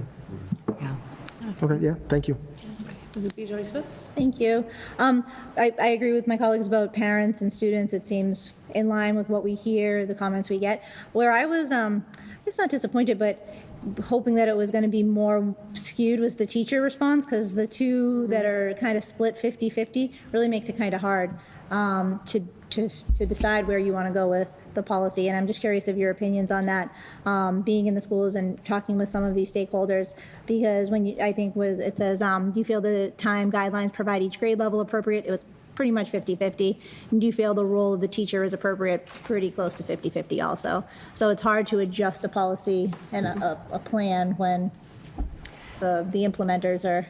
Yeah, and we have amazingly creative and intelligent teachers that we know will support and help each other in thinking that through, because you're right, it's not a right or wrong thing, it's the how. And we know when those creative minds get around the table and they can share with each other those best practices around homework, then it's going to help people see what is relevant. Because you're right, is it copying? Is it collaborating? When it's relevant and purposeful, I mean, you saw, again, the robotics team, they can stay here hours on end doing homework because it is so relevant. And that's what we want to get to, whether it's, one important math problem, to work through like a puzzle, or rather than 20 or 50, so. No, I think I can expand a little bit on what you're saying, because that's some of my notes too. So it says, do you think the time guidelines are appropriate? No or yes. Is that no, how? Or yes, how? And maybe that's a remedial question for you as educators, but for me, that leaves me feeling like, are they saying, no, it's not enough? Yes, it's too much? So I'm not quite sure what the yes and no is that actually meaning. Yeah, and I mean, this context too, when you look at just the number and you get a percentage, what does that tell you? So then we have to look at all the open responses, and it was a lot. So that's why we tried to summarize. We tried to give you as much as we thought you could use. But we have more. But yeah, I tried to summarize in there. What I did notice, looked kind of scanning through, is some people said, I don't agree with the guidelines because it's too much, and I don't agree with the guidelines because it's not enough. Right, So that that's where my number, so head's you at. have to, there is context to that number. Yeah. So kind of take it for what it is. Okay. It's more about that sort of qualitative, looking at what the responses say. Ultimately, though, overall, the sentiment was that it has to be purposeful. The guidelines, they can be pigeonholed. Some teachers feel as though I have to give 150 minutes of homework because that's what the policy says. And I don't want to do that, but I have to. And then other people might say, well, I'm not going to do that, you know? So you don't really, in my opinion, you don't really want to pigeonhole people into having to. I think most, I feel as though it should be more about the objectives, what is homework for, what is the purpose of homework, and then allowing the teachers to sort of, you know, guiding them that way. Okay. Did you have more comments? Do you mind if I just touch on that just a little bit? Because I think that makes sense in your older grades. It's easy for a math teacher to make their math homework purposeful, but when you have, 8, 5, whatever, first grade classrooms, and one kid comes home with this for homework, and the next classroom says, you know what, I don't find that to be purposeful, or, different, I'm gonna not give any, or whatever it might be. I think that's where you kind of get the parent and maybe even student problems down in that realm, is when you're looking at the lower grades. I think when you get to your older grades, your Ryan, your Win, Ryan, even the, the Ryan, the Win, and then the high school, it's a little bit easier to give out purposeful work. I think that when you're in the younger grades, I think it's a little bit more to it than that. It's more just a comment, nothing that you have to respond to, but I think that makes it a little hard. And I think we need more education around this for everybody. I think it's hard for many parents. We all went to school, right? It's always hard for us to recognize that school might change, and school is one of the hardest things to actually change. It's very similar to how it was when I went to school and, way back. Even though the research changes and the world around us changes, for some reason, it's really hard to move schools in a different direction. There was a time where it made a lot of sense to study the periodic table and you had to memorize that table, or you had to memorize all the presidents. You can find that out in 2 seconds now. I don't even think it takes that long, right? So the time that we had spent to have to memorize things and figure out how to access information is really, really quick now. So shouldn't our classroom instruction change, and therefore the work that we do outside of the classroom or don't do outside of the classroom? We also want to support really well-rounded students, and I think we all know as parents that kids are busy. Kids are doing, and we heard that from students. We heard lots of students talking about taking care of siblings and having jobs and different sports and music and drama. You hear how much time these drama things happen. So it really better be meaningful and purposeful if I'm going to take time out of, I've went to school for 6.5 hours. So if I'm going to do more school at home, it really should matter to me. It should make me that much better somehow. And I think that's what we have to educate our families on and help our teachers, support them through that, because it's been an expectation for them to give homework. And we talk about study habits and what would that look like? And is that the only way to learn study habits? We're still going to have to study for tests, and we're still going to have to prepare for projects and things like that. But I think thinking a little bit outside the box it will be necessary. I think you make a great point. I looked at, in hearing the robotics presentation and hearing about the time commitment. I mean, we know what all of our kids do, but to listen to these students say that some weeks they're in the shop 40 hours. Yeah. So how much time does that allow for homework? Right. But yet they're doing really high level, engineering, using their brains in an intricate way for hours and hours and hours. So I think to myself, isn't that enough? And we learned that during the pandemic. That was one of the takeaways, right? Yeah. I mean, my kids built an enormous batting cage in my backyard with my husband, measured, and the electrical and, all of that work. And I remember watching thinking, this is far more than they would be getting from sitting in their classes right now. It's just it's a different way of thinking. It doesn't mean it's less valuable. Even when you think back on spelling tests, right? It's still hard to convince parents. There's no research behind a spelling test. Memorizing a list of words does not help you in your writing, ever. Understanding the code of the patterns of our language helps us, but not actually memorizing a list of words. But boy, there are some parents and teachers that feel like if I don't teach, if I don't have a spelling test, then they're just not going to learn it. So again, I think it's just us growing with the way that the world has grown around us and all that we've learned up until now, and trying to be brave enough to apply that.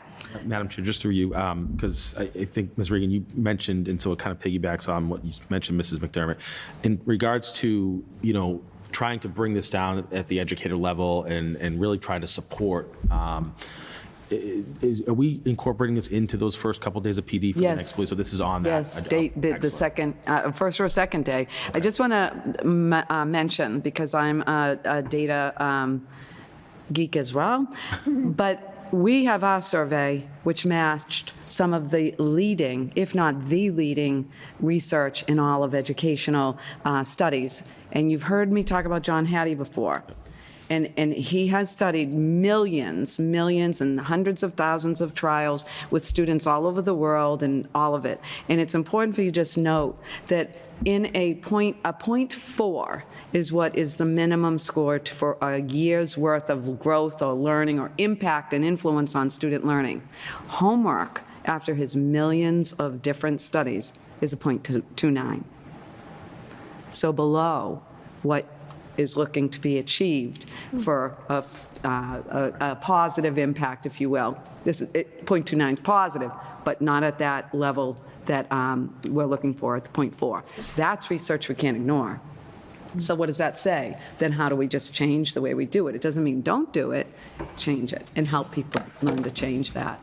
So that's one of the things I jotted down is I want to say how much I appreciate the fact that everybody has tied in so much data and research, because I think that's a big ask that we had back in August.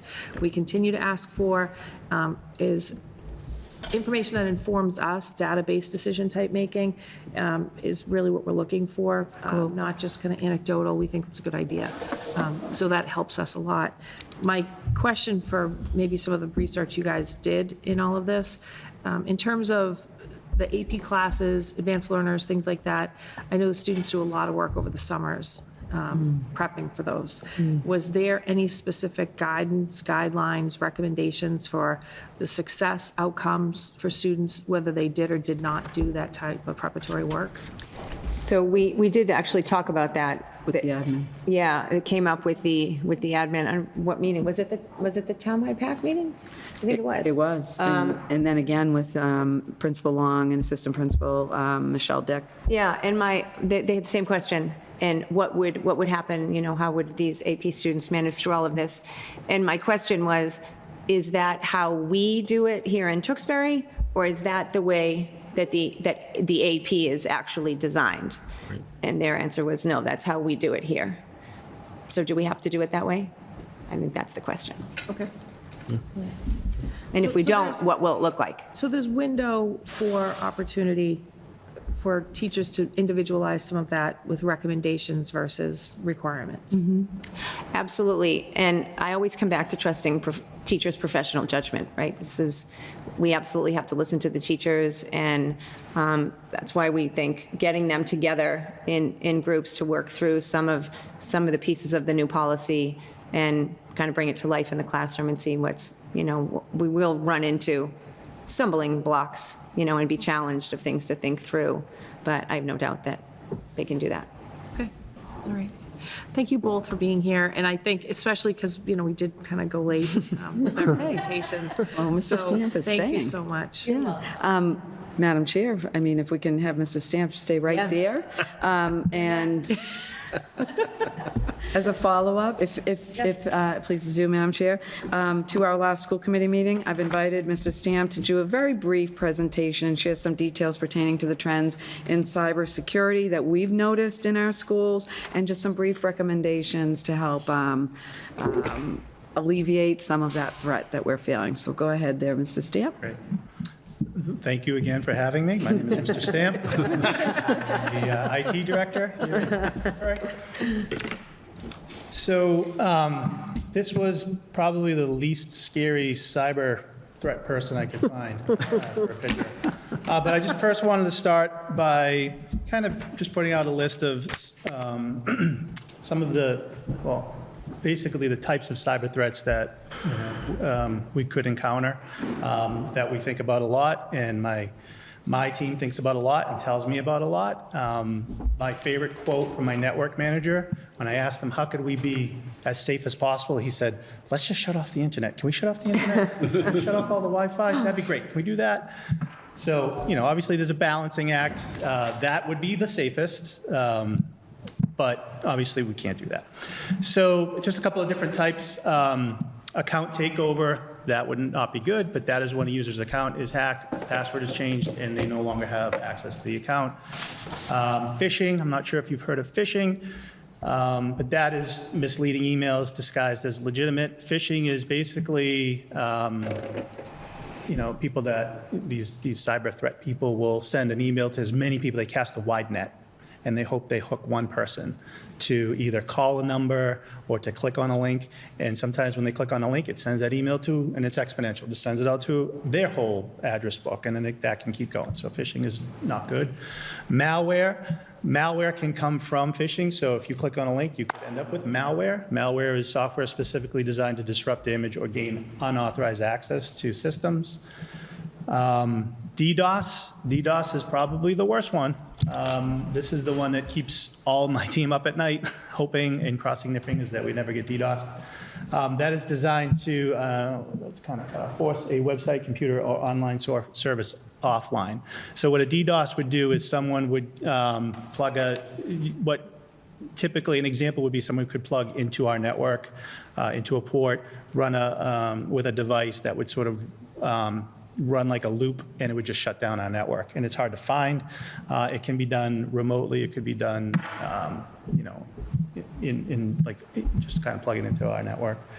Ransomware is a type of malware, but it could end up in, having to pay a ransom. That's not a good one. Spam, this is the most common.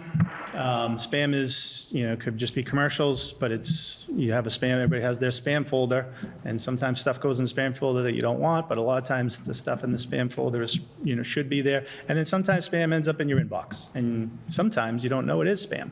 And people read it and think, wait, I can get a free piano? That's amazing. Let me click on the link. Let me call that number. So those are the types of things that, make my job really fun. So we try to be very proactive about dealing with these threats, these types of threats. So this is just a list of some of the proactive interventions that we have in place to try to reduce the impact of a cyber attack. So antivirus, this is just software known as anti-malware. It's a computer program used to prevent, detect, and remove malware. So we have that on all of our machines, mobile devices. And the hard part about antivirus is keeping it up to date. So that's always a challenge, but we have systems in place to do that and protocols. System updates, and that goes hand in hand with the antivirus. Regular updates are crucial for security, performance, and functionality.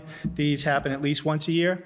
But anytime there's if we get some type of notification that you want to update your software because there might be a threat, then we will update software on our servers and on devices. Automatic restarts every single night. Our desktop computers are programmed to shut down. Our clear touches, so that helps with a few things. It helps with electricity, so that they're not just running all night long. It also helps when we do restart our computers. If there are updates, it will grab those updates, and it does refresh the operating systems.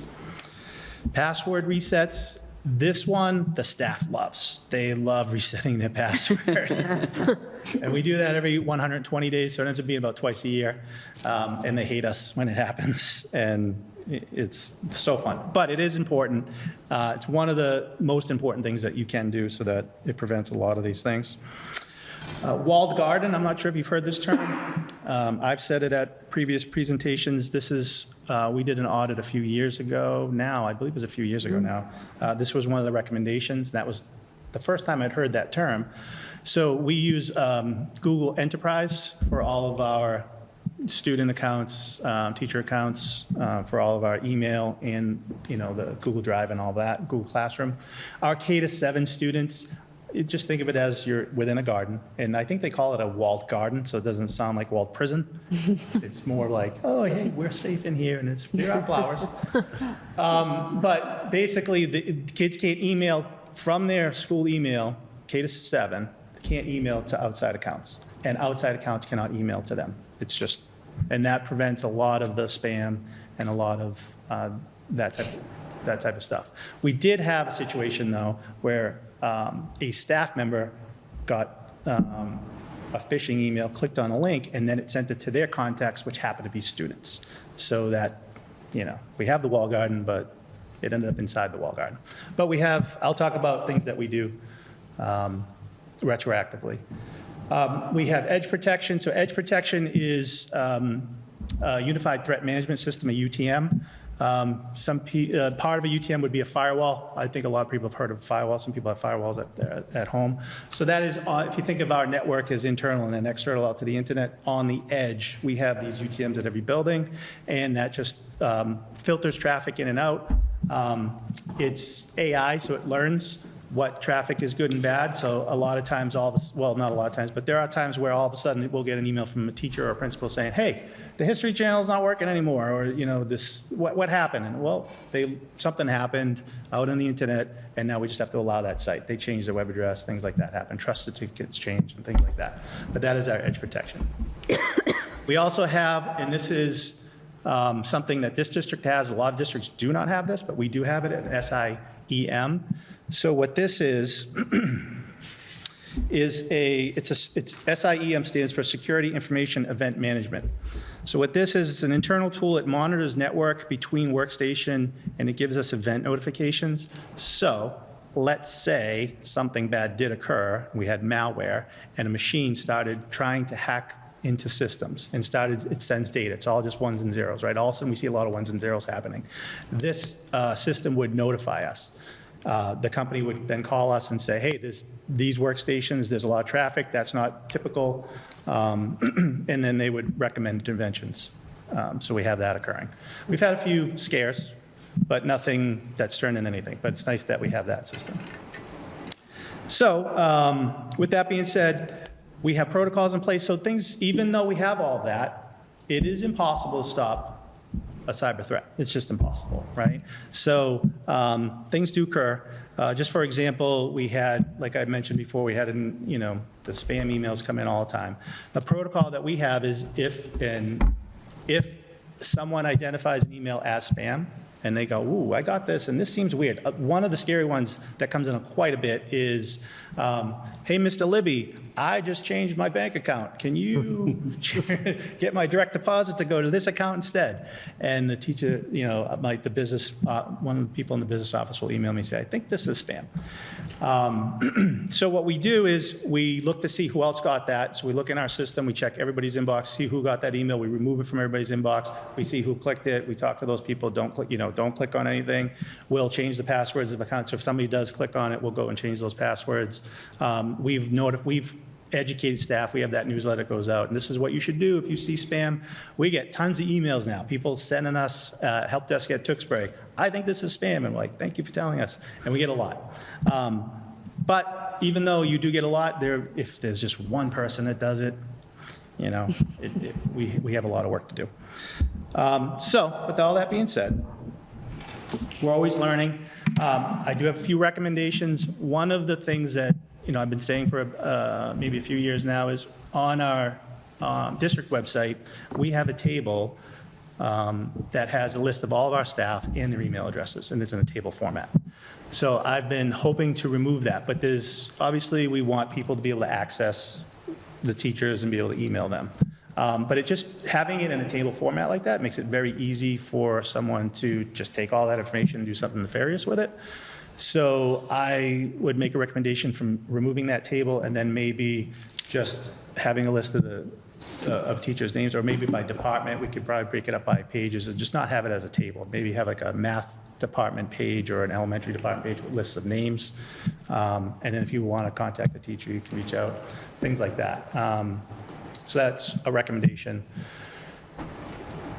More training for staff. So we do train our staff. I've reached out, Dr. Eileen Osborne, who is the assistant business manager, and I have been talking, and she was talking to me about a grant that she had discovered that could help us pay for some cybersecurity awareness training. The way that would work would be staff would have an initial training at the beginning of the year, and then throughout the year, there'd be formative assessments that would be given that sort of try to trick the staff in order to, see who's going to click the wrong thing, and then they go, whoa, you failed, and here's some more training for you, or congratulations, you passed, and here's an award. So there are a lot of programs out there like that, and so I would like to look into implementing something like that. It's not as simple as just going and getting it and buying it. You'd have to figure out when would you train staff and how would that all occur. Also, two-factor authentication, people love that too. You guys all have that? It's the safest and the most annoying, but it is the safest. So trying to implement that as much as we can. We're looking into implementing it for Aspen for our staff. It wouldn't be too difficult to do that, so we're looking at that as a next step. And then student learning. I have the luxury of also being the STEM director and looking over and reviewing the DLCS curriculum.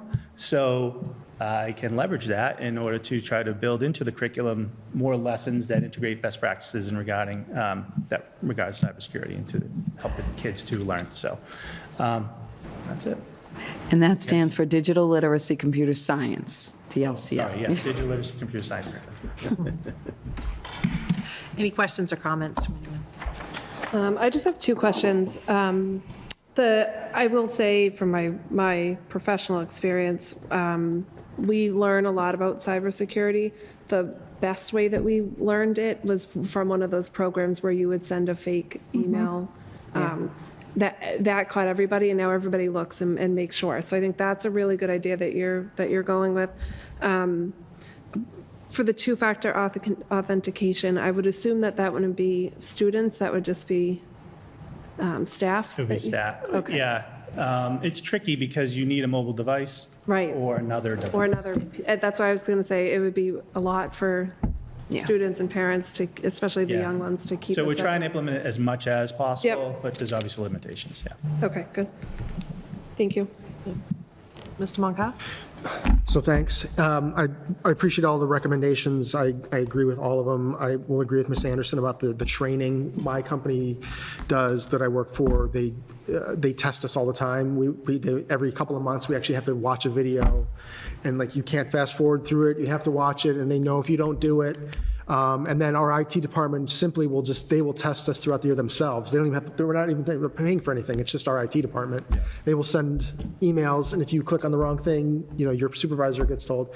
And I'm in an industry with HIPAA information, so we can't screw up. And so that's something you could possibly implement. Ever do I thought of it just like a phishing button? Like I get an email in, I think it's, instead of emailing it to you, just hit the button, it automatically quarantines it. Goes to you guys, takes it all out of the. Yeah, we do have that, like, is this, sometimes it comes up as a big yellow bar. It says, Sure. this is spam, don't do anything. Right. And they'll send it to me, screenshot. I think this is spam. I'm like, I know, it says. But thank you. Because redundancy is fine, in my opinion. I'd rather be, safe than sorry. But yes, we do have a button where they can alert that. That exists. And as far as passwords go, is the 120 days, is that like best practice? And I know it's a miserable thing to do, but. Yeah. Okay. And complexity as well? Yeah, it's really, they hate it. Yeah, it's like 8 characters, symbols, numbers, yeah. Yeah. Kinds of fun stuff. And now we're trying to tell them, don't use like passphrases, they'll use crazy, chair clock 52 or whatever, just like random things that have nothing to do with you, but.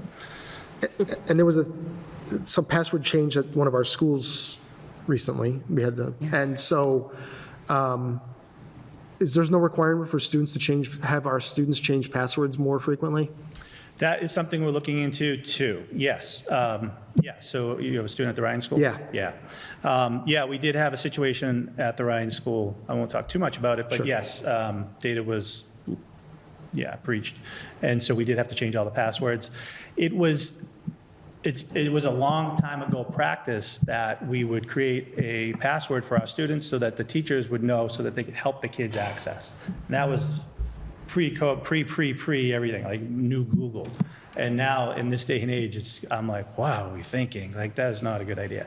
So that came up after I had submitted the presentation. So another recommendation we'll be looking at, how do we update our students' passwords? And my hope is at the end of this year, we're going to update every single student's password.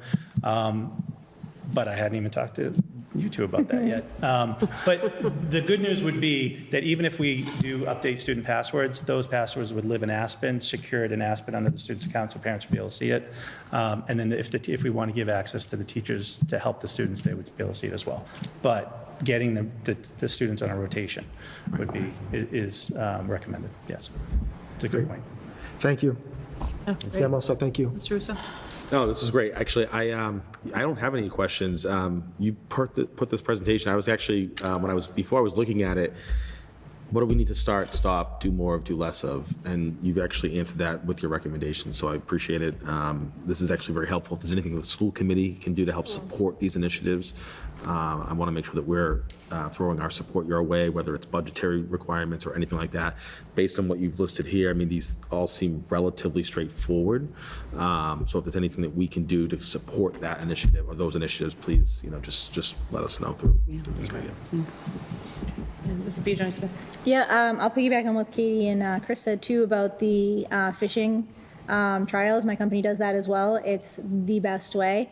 And the only thing to add to that is, did you say 8th grade and above can send and can receive inside and outside? So what happens for them for training for spam and phishing and all of that? Right, it's in the digital literacy and computer science curriculum for digital literacy, 9th grade. So I have it saying K to 7, it's typically K to 8, but this time of the year, our 8th grade asks, can we open up the wall garden? Because they do a project where the social studies team does a project where they do have to email. Mm-hmm. So the 8th grade really is only outside of the wall garden for like a few months at the end of the year. But we, in that, I say you have to let them, you got to give them this little brief sort of training. But yeah, for our 9th graders take a digital literacy course freshman year, which has that piece of it in it. That's great. And I'm jealous of your 20-day password. Mine's every 33 days. Oh, that'd be great. I would be hung out. This feels like it's every 33 days. It does. And if you have 2 devices, they're never in sync. Never in sync. Right. One, then the other. Thank you so much. Thank you, Madam Chair. I appreciate this as well. My only question, the tables in terms of being able to access emails, I think, I mean, I know families readily try to find those. I don't think they always have teacher emails, especially at the upper grades. So will those still be able to be accessed, but just not in that table format? Yeah, there's multiple ways we can do it so that we can still provide access. One example would be just have it in a PDF form where it's a table. You could just have you could have a bot go and grab that table and then just run an algorithm and it's too easy. Right. Anything that you can make it just a little bit more difficult. So just even having on a web page where it's by department, you could have the administrators, their email are on the administrative page, and then you might have the math department listed on that page, but not in a table, just kind of listed with the email addresses like that. That's how I've seen other districts do it. Okay. Things like that. Some districts don't have it at all. They just say that the teacher will reach out to you and provide you the information. Well, there's a form. You might fill out a form, Yeah. who you want to get back to you. Okay. And the company that the district works with, you've had a good relationship with them for a long time. They're For the website? No, just the security company. For the SEIM? SIEM, yeah. Yes, yeah, this would be our 3rd year, Okay. yeah. Yeah, it's expensive, but it's they're amazing. Yeah. Invaluable. So, okay, thank you so much. That's my last question. Do you have any comments? No, I think there's just one thing, though. We just talked a little bit about our applications that we use with students. There's another layer of security in the SIEM. Yeah. that student data can't be mined in any of the applications we approve to use with students. SD, Oh, the SDPC. Yes. Oh, yeah, I didn't mention that. Yeah, so we do have, we have to have a data privacy agreement for every single application that a student uses and signs into. So we have a company, I think I presented on this before. You did. right? We use a company that does all of those agreements for us because, you know, if you had to pay a lawyer for every one, it costs you a zillion bucks. So we are in a consortium. It's the Student Data Privacy Agreement Consortium. So it's a bunch of districts and we just sign exhibits. So if Cambridge Public Schools has an agreement with Zoom, we just grab an exhibit. The consortium sends us the exhibit, we sign it, and we have the same agreement. So it saves us money. So we have a data privacy. It says in our AUP that a teacher cannot use a piece of software or any digital resource with students unless we have a DPA or specific parent permission. They'd have to send out permission forms. And then also say, if you don't agree, this is the alternative for it. So typically teachers are just like, well, if it doesn't have a DPA, we won't use it. Unless it's something real specific. Adobe Photoshop. Adobe Photoshop, we don't have a DPA, they won't sign one. So for that course, they have to get parent permission. Gotcha. That's Okay. the only anomaly I can think of for that. Any other comments? No, good, thank you. Thank you so much. Again, it's late, so we appreciate you staying. Yeah, this is really great information. Thank you, Jason. Thank you. Next is our citizens forum. Seeing nobody here tonight. Any longer. This was a full house. Earlier, yeah. And we'll move on now to our approval of minutes. Mr. Moncada. Sure, so I'll make a motion to approve the minutes from our meeting of May 1, 2024. Second. Okay, a motion by Mr. Moncada, second by Mrs. Anderson. All in favor, please say aye. Aye. Aye for a unanimous vote. And for our submission payment of bills. Sure, so let's see, I move the school department payroll for the period ending May 9th, 2024 to be approved and certified in the amounts and categories as shown for a total amount of $1,622,000.16.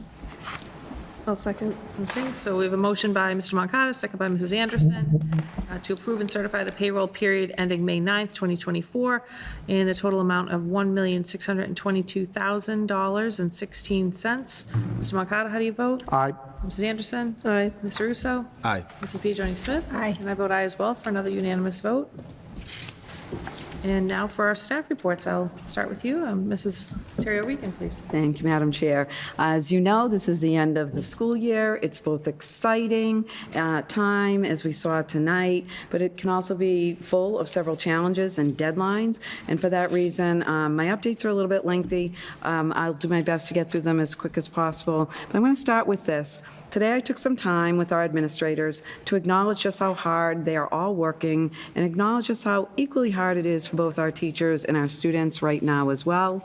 Behaviors and anxiety can certainly amp up at the end of the school year, but I do know everyone's primary goal is the same, obviously to provide the best possible experience for all of our children and all of our school community, while we're also preparing to say goodbye to them on June 14th. We also took some time to acknowledge and pay respect to some of the changes occurring within our own TPS staffing for next year because of our ongoing enrollment challenges.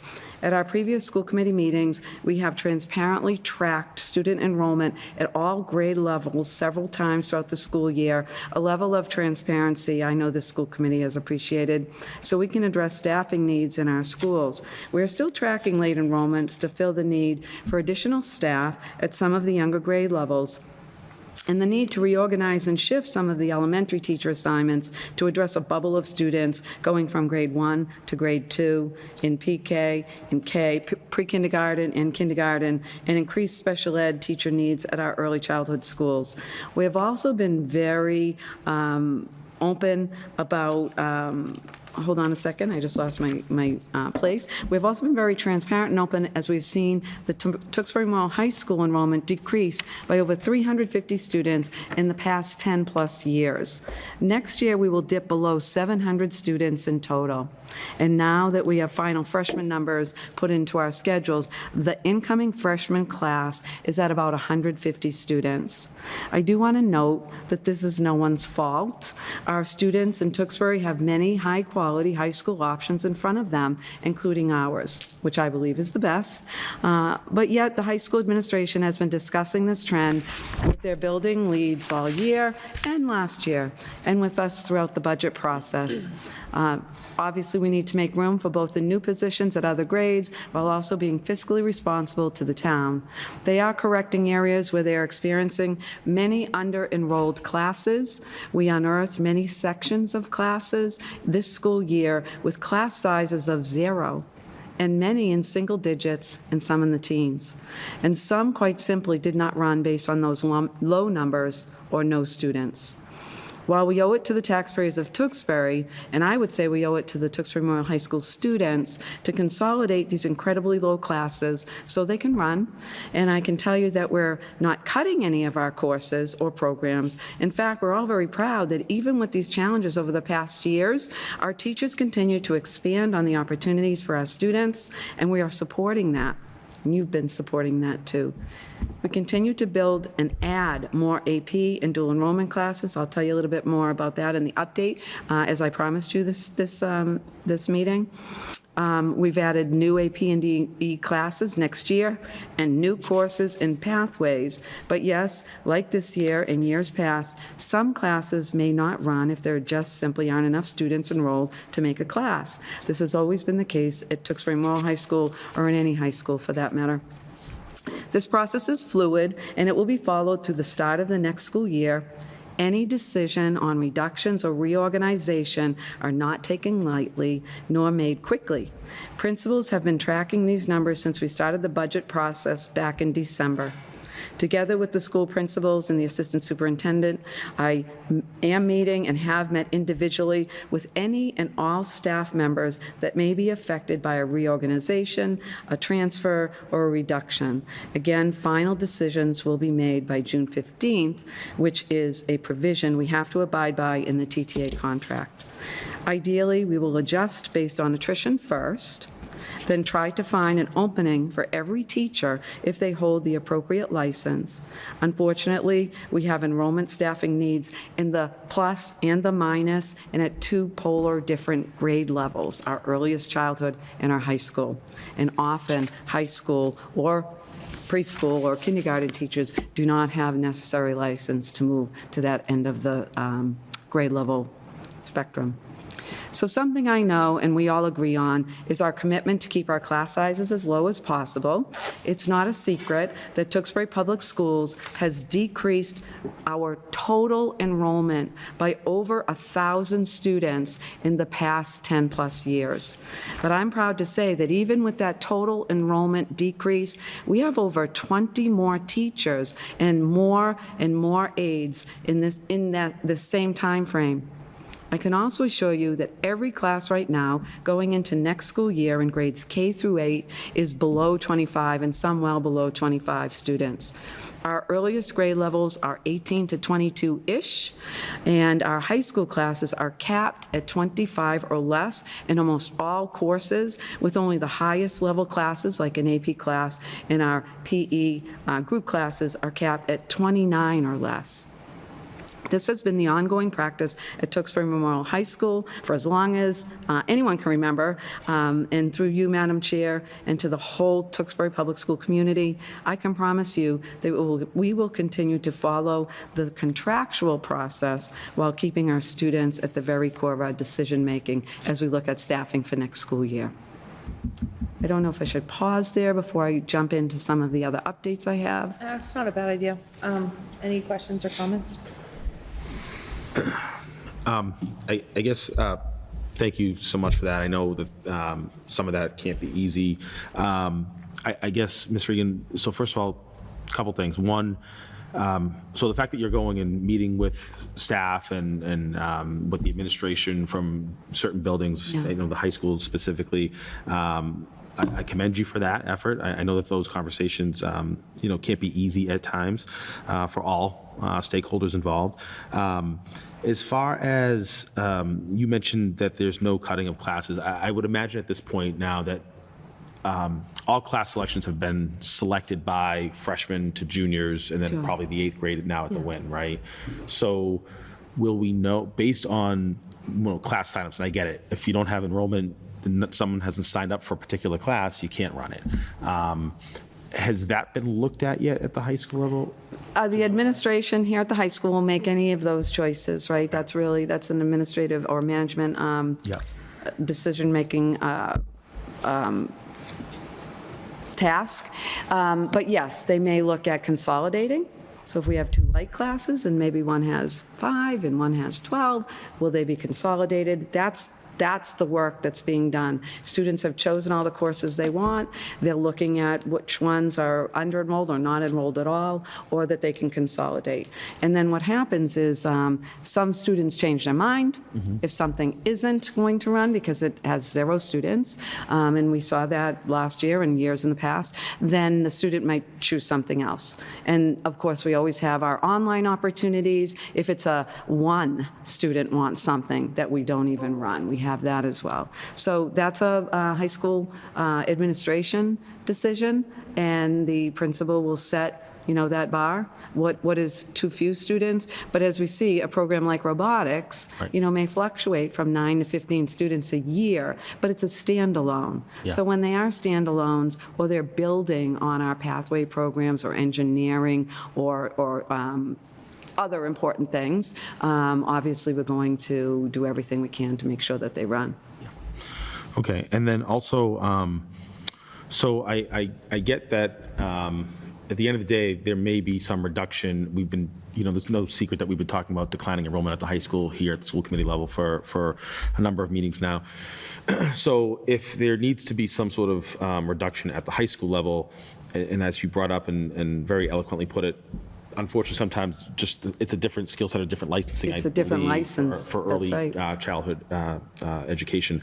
So at the end of the day, from a budget standpoint, we have been talking about, and in Mr. Libby's presentation of the budget for the last several months that we just approved at town meeting, an assumption that went into that budget was that we were reducing headcount through retirements that were happening this year. Attrition. So at the end of the day, yes, we might be losing some of those folks through retirement, but it seems like we're going to be potentially building up staff, potentially at other levels. And so net, when it's all said and done, it just doesn't seem like it'll be that low of a reduction. No, and we can certainly, as we get to that June 15th mark, Yeah. have better data for you. I think it's important to note, as we talk with these teachers, Yeah. we also comb through every license they have. So we're working through every license, and there's contract language. We have to abide by that contract language, and that's been made very clear, and our teachers know that. Yeah. But yes, we are looking at their level of licensure.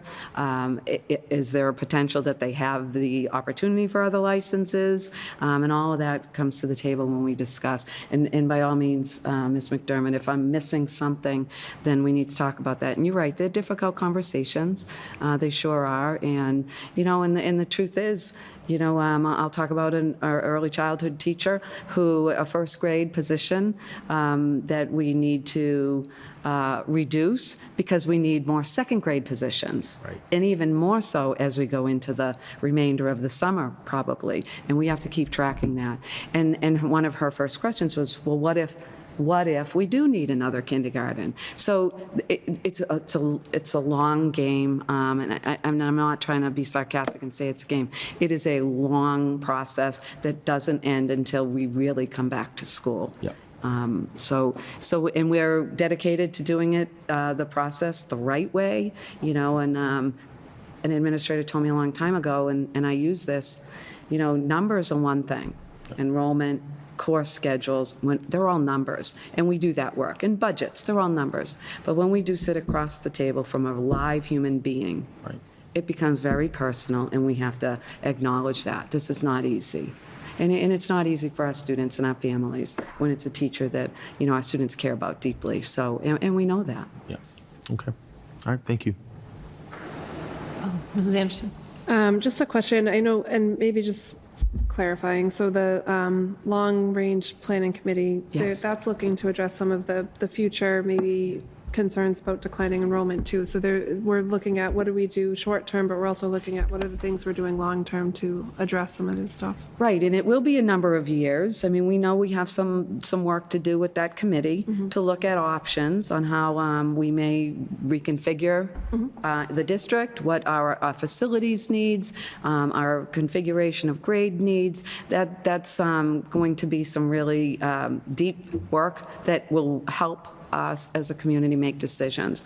But what we know right now is just unfortunately a fact. It will take several years before that enrollment starts to lift again. Right now, that bubble is really in one grade significantly, and we're hoping we're going to see more in that kindergarten PK and keep climbing. Thank you. Mr. Moncada? I mean, I echo what Mr. Russo said as regards to being a difficult decision. So I know, trust that you're looking at all the data and looking at, from every, point of view that you can in order to make the right decision. So I'll wait until, we know more and see what you have to say. Okay. Mrs. B. Jones. Thanks. So not something that you spoke on specifically, but maybe something I've been kind of curious about. It kind of came out of town meeting and talking about our buildings and capacity. And I know that you provide periodically for us the class sizes, that sheet that kind of everybody's seen that talks about how many students are in each grade and projections and so forth. I would love to see, and not right away because I know that there's a lot that's going into the summer and enrollment and all of that. And I also understand that our schools are under construction and spaces tight in certain locations. But I would love to see the occupancy percentages in some of these buildings on that sheet. I think it would be really helpful for the committee, the long-range committee, our residents, to really see that. Understanding, though, just because the sign on the door says capacity 500 doesn't mean we actually are at that, because we are where we're at, which we all know we've discussed many times with the Heath Brook and even the Dewing and some of our spaces that we're limited with. But I think taking out that, so you're out 5 classes at the Heath Brook, whatever it might be, where does capacity look at that school there? And it's just something to think about as we go into some of these future meetings. And again, nothing that we need to see right away, but I think that would be helpful. Enrollment, capacity, buildings, all of this stuff kind of goes in together. No, excellent point. School is much more than boxes that hold 25 students inside of them. There are all of those therapeutic spaces, and all of those spaces, certainly these schools weren't even built for. Even the high school, our needs have changed here in those spaces. So we need to look at that. I agree. That's really important data that committee looks at. Yeah, maybe we can work together to look and see Yeah. what makes sense to project out and show, but yeah, I would love to see that going forward. Okay. Thank you. And my only a couple of thoughts. One, as you talk about enrollment numbers, I think it was very helpful last year. I think it might have been around January. We looked at the high school enrollment Yes. class sizes. I would love to see that again as we go into the next year. I know that's not a typical practice that, the committee has done before I was here, but I think it really was very helpful given the landscape of our district right now. So if we could continue that practice next year, I would appreciate it, because it has helped me since we saw those numbers in January, just be much more informed. It's really helpful for all of us, really. I don't want to talk about it like it's micromanaging, but it was really important that we're putting our eyeballs and helping this administration, because these are ultimately their decisions. And still, we owe it to the town. And I have to be able to look all of our taxpayers in the face and say we're spending all of our money wisely and efficiently. Every dollar spent in education is important, but are we really making sure that we're doing that in the right way for everybody here in the town? So, yeah, and then my last comment is I really appreciate the approach that you're taking in terms of working together collaboratively with administrators, both of you together in terms of what's meeting the needs of students from a teaching learning perspective, from an administrative perspective. So, I appreciate that. None of this is easy. And it's the stuff that keeps you up at night. Yeah. So thank you for doing the work. You're welcome. I will speed through a few of these. You've had some things in your packet, including training on the Sorry Sex Offender Registry Information Portal. Our lead administrative assistants and HR have taken the training, and this is a process. We already use the Raptor. We're scanning as people come in the building, but we're adding this to our hiring process. It's far more accurate and a more efficient portal. I also draw your attention to the Valley Collaborative's quarterly business reports. This is informational only. You do not need to take a vote on it. I'm just really proud of all of the work that the Valley does on behalf of our students that attend. We are a member district, and you probably peruse through the newsletter, but I do want to draw your attention to their, next to the last page, and you'll see non-operating activities returned to member districts, non-operating expenses.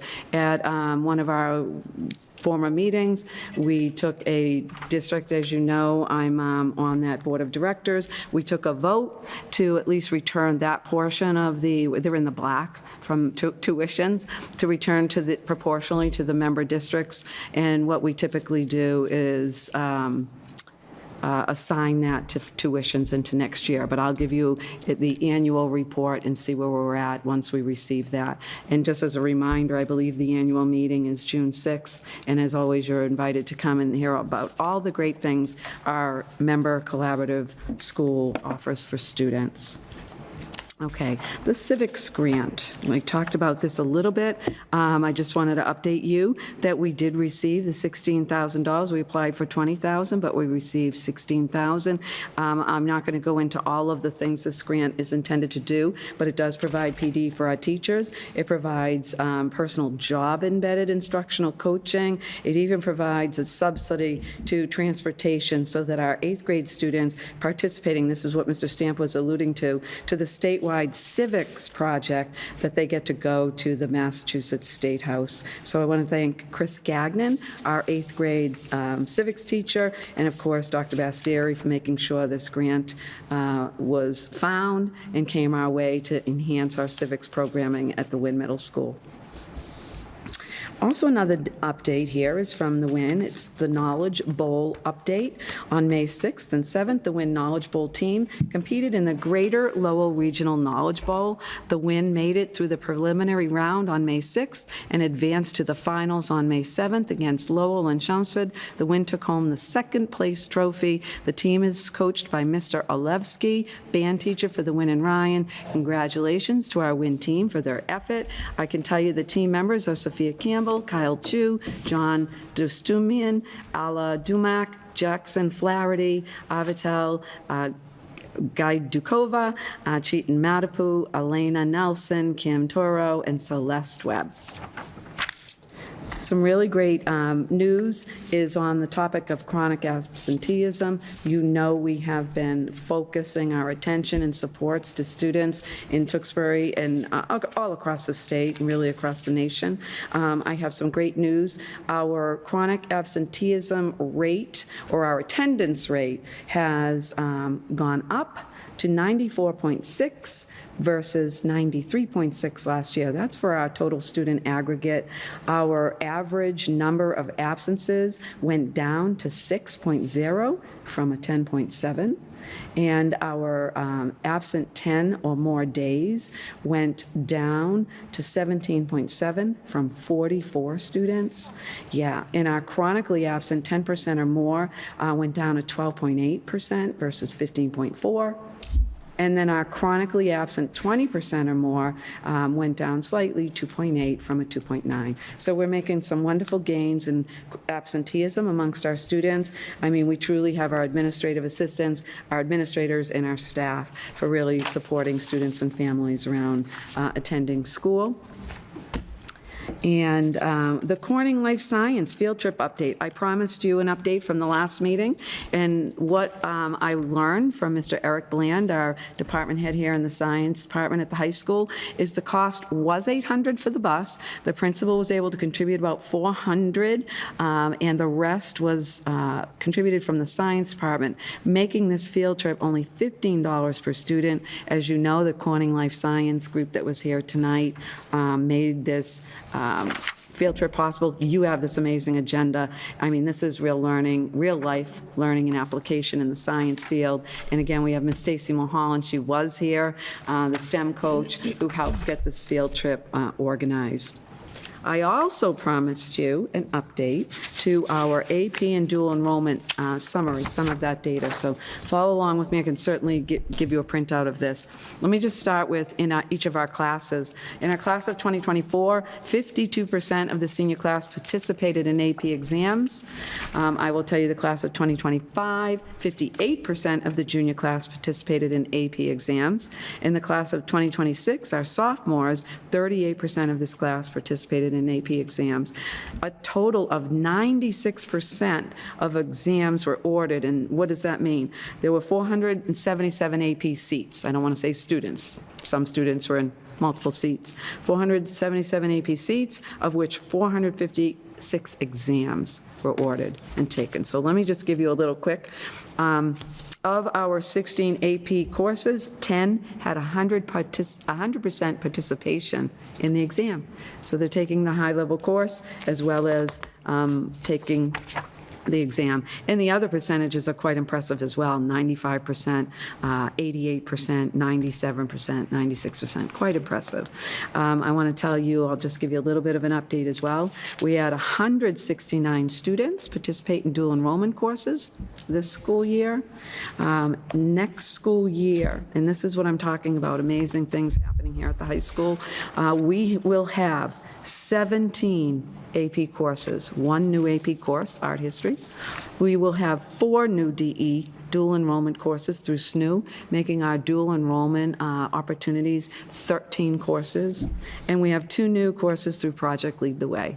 That is enhancing our engineering and STEM programming. So some updates I thought you'd really be happy to hear. Our programs aren't not only cut, we continue to grow them, so that's really important.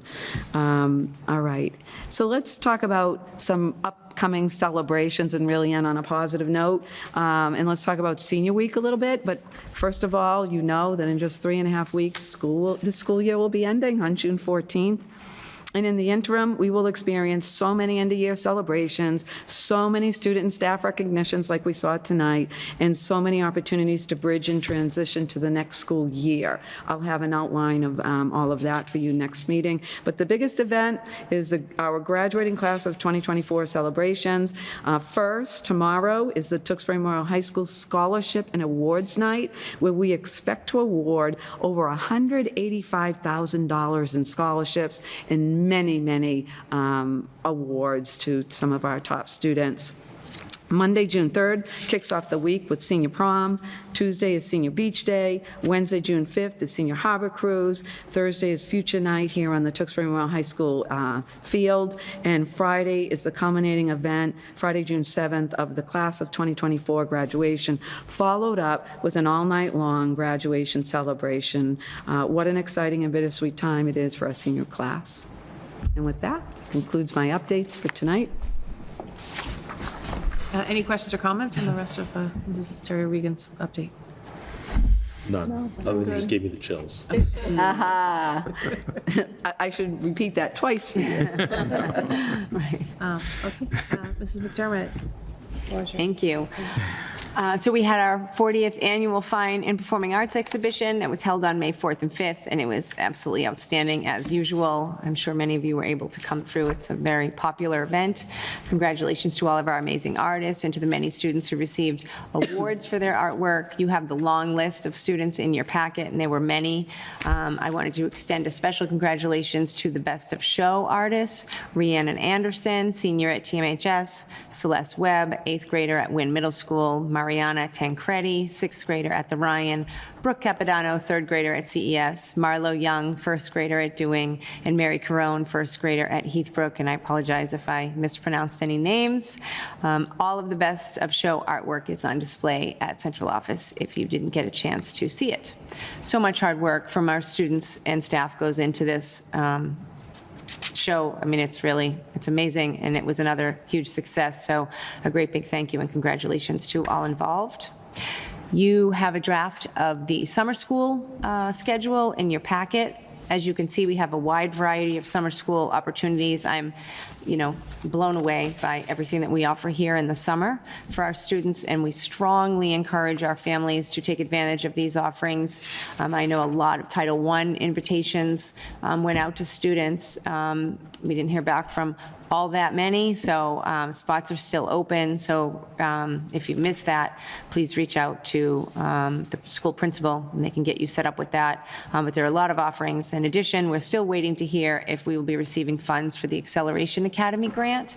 But if we do, those programs with the highlight column will extend for an additional week, which is, we're always just ready for that. We know it comes in a little late, and our staff is excited about doing it. And so we always kind of operate under the assumption that it will happen. A quick MCAS update. I want to wish all of our students in grades 3 through 8 a huge congratulations for completing all of their MCAS testing for this year. High school has also finished up math and ELA testing, my own daughter included. So we may have a few makeups still, but all the formal testing is complete. This is a huge undertaking for all of our staff, students, and families. We want to thank everybody involved for all of their hard work, support, and flexibility. It really does. Everybody gets involved in some way. We still have our 9th graders. We'll take the biology MCAS the first week in June, so we wish them all the best of luck. And believe it or not, the MCAS police actually do exist and did show up in Tewksbury. Sort of kidding, but not really. We did have a test security specialist come to CES to check in on all of our protocols and procedures, and luckily they did stay a good portion of the day, and all of the feedback was really positive. It turns out this is something that they do, random spot checks of districts. I've never been a part of it in all the years that I've been in education, and that's a long time. And we passed with flying colors, so that's good news. Just a quick summer reading. We are currently planning for summer reading. That is certainly in full swing. We have our literacy director, Felicia Chinanovich, who will be back here in June to share a brief presentation on what's planned for that. And that concludes my update. Thank you. Any questions or comments, Mr. Marcotta? The MCAS police, is that what? Yeah. Do they have to announce, do they tell you they're coming, or they just show up and say, we're Yep. here? No, thank goodness, yes. They tell us they're coming. And, I always look, it's like any other kind of monitoring system. The good news is there might be police, but there's really no MCAS jail. So you don't really get arrested, but you might get some corrective feedback that I always feel like it's a great opportunity to, do something that you didn't realize you were supposed to be doing, because we're all always trying to do our best. So I always tell people, it's okay, don't worry. But this was great. Great. Mrs. Anderson? I'm good, thank you. Mr. Russo? No, thank you.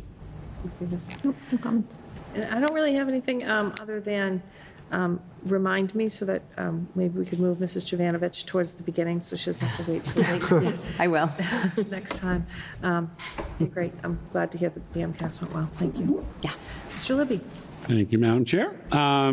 Brief update for you, what's going on in the business office. We're prepping for our end of year. We're wrapping up our fiscal year ending in June, and prepping for, we've had several meetings prepping for all the summer programs that you saw in the agenda here, whereas how the logistics of those programs are going to all work in conjunction with each other this summer. From the business side of things, we're,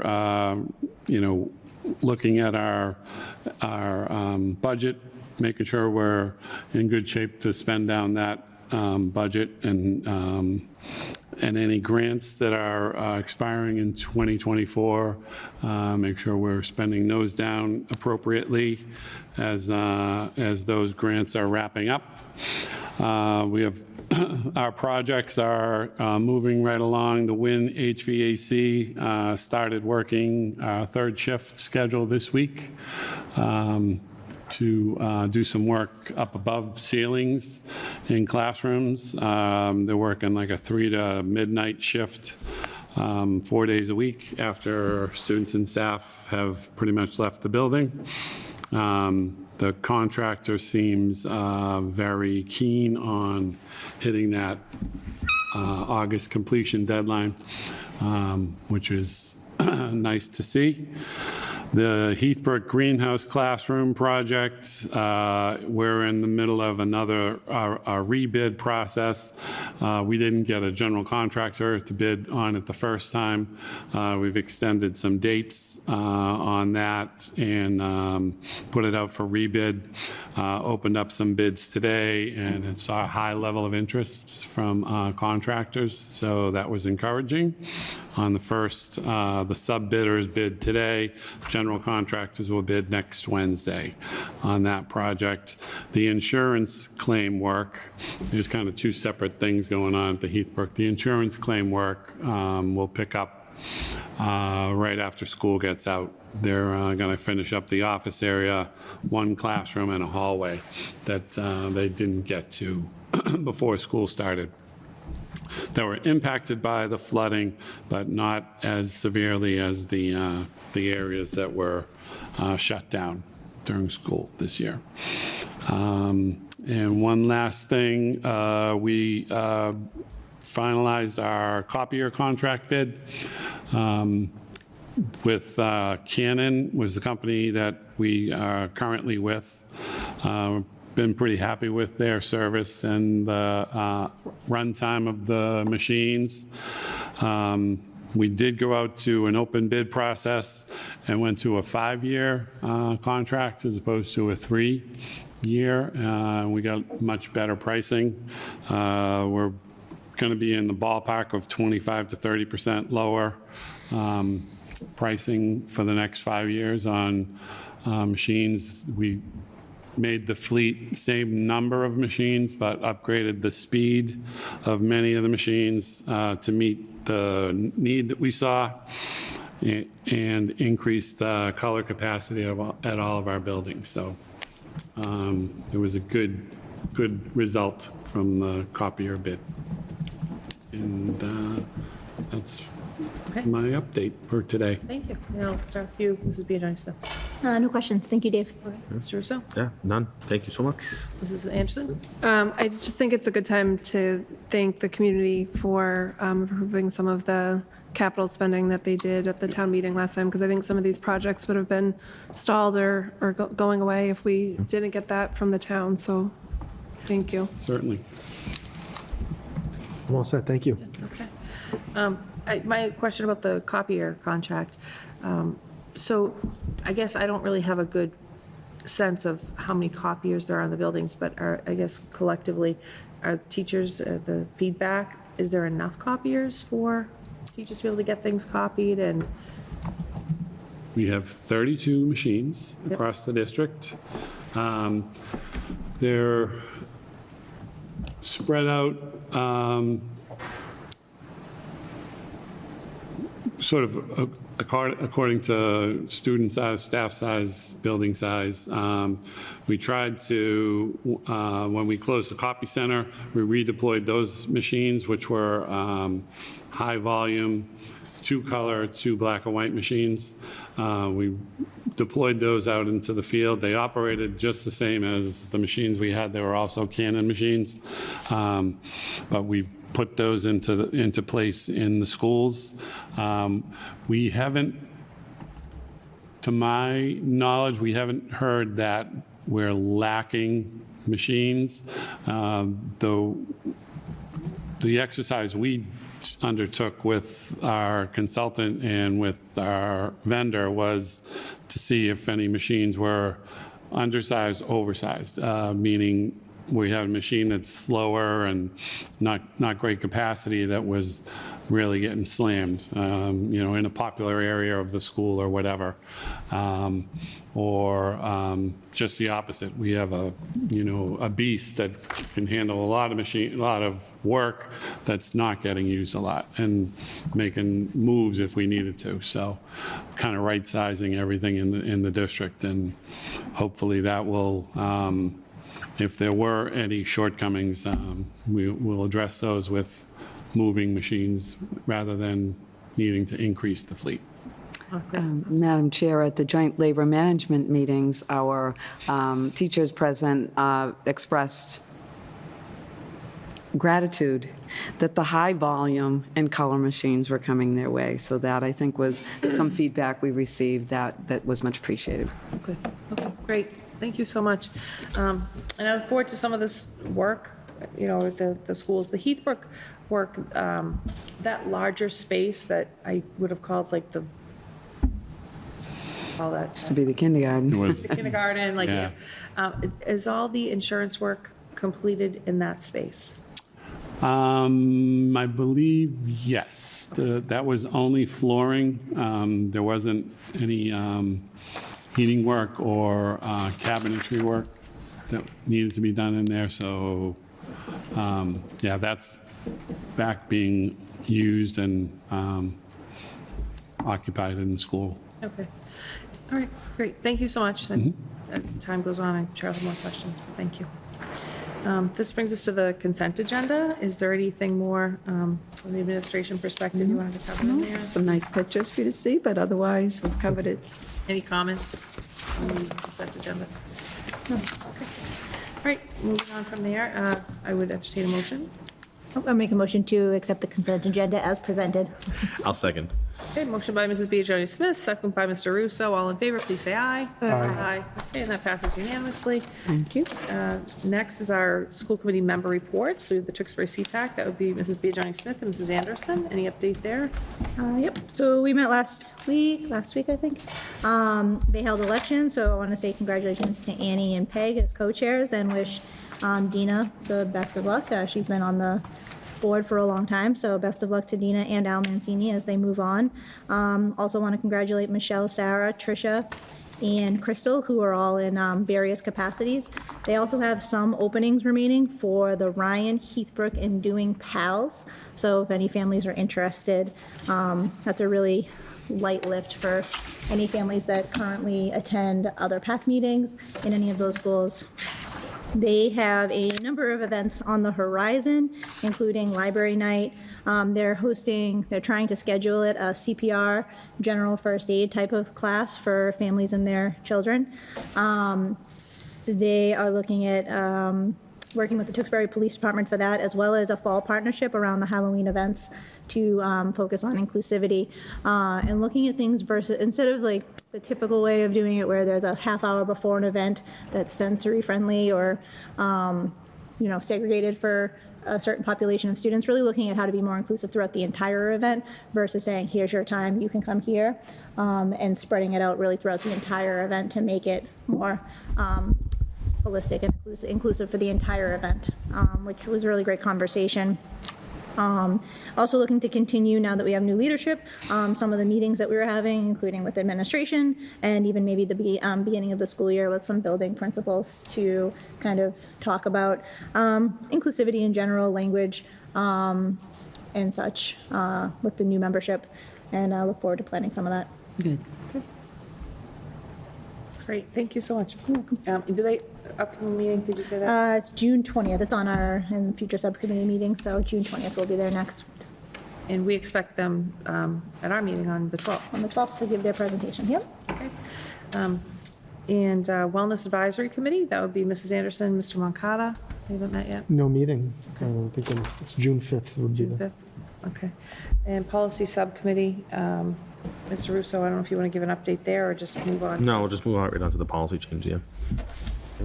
So with that being said, so we did meet last week, and for the committee tonight, we have an informational reading, the policies that we reviewed and recommending to revise, and tonight it's just the one, IKB, general homework policy. So, any comments, thoughts, or feedback on IKB? Madam Chair, I have a couple. So I was reading through it. There are a couple lines that maybe, as if I'm reading it, and I'm like, what the heck does that mean? Maybe could be clearer, more clear for families. One of them is the line that says, I wrote notes on my thing, honor student family time off. Just to be more clear, it's written in red, it's, yep, so honor students and families time off from school and will not assign homework on weekends, holidays, and vacations. They're just, I think this might be without saying, but personal vacations don't really fall into that, but I think that it could just be a little bit. Yeah, we actually did discuss that. We updated this. This is, my apologies, I'm noticing that there is the last update we did at the, No, just realized, as soon as you said that. there is an update to this, so. Maybe we can talk about it You know what, we can put it out in the packet too as well. But I think it was more to an extent, or all efforts will be made, or something along those lines. Well, and it was school calendar vacation. just Right. to, what is Not the? that personal vacation that you IKB, might take this the may week have- off Hold on. during school time. We can, and if it's in it, we can. We can put it, but A it. couple more times, so we can. Will it help if you hear what the edit is? Make every effort to honor students and families' time off from school and not assign homework on weekends, holidays, observe religious holidays, or school breaks/vacations on the school calendar. Allow a student following an excused absence a reasonable amount of time to submit the homework missed due to absences is another line. So we will have to get for whatever reason, these updates from our subcommittee are not I here. think that's what we have in here.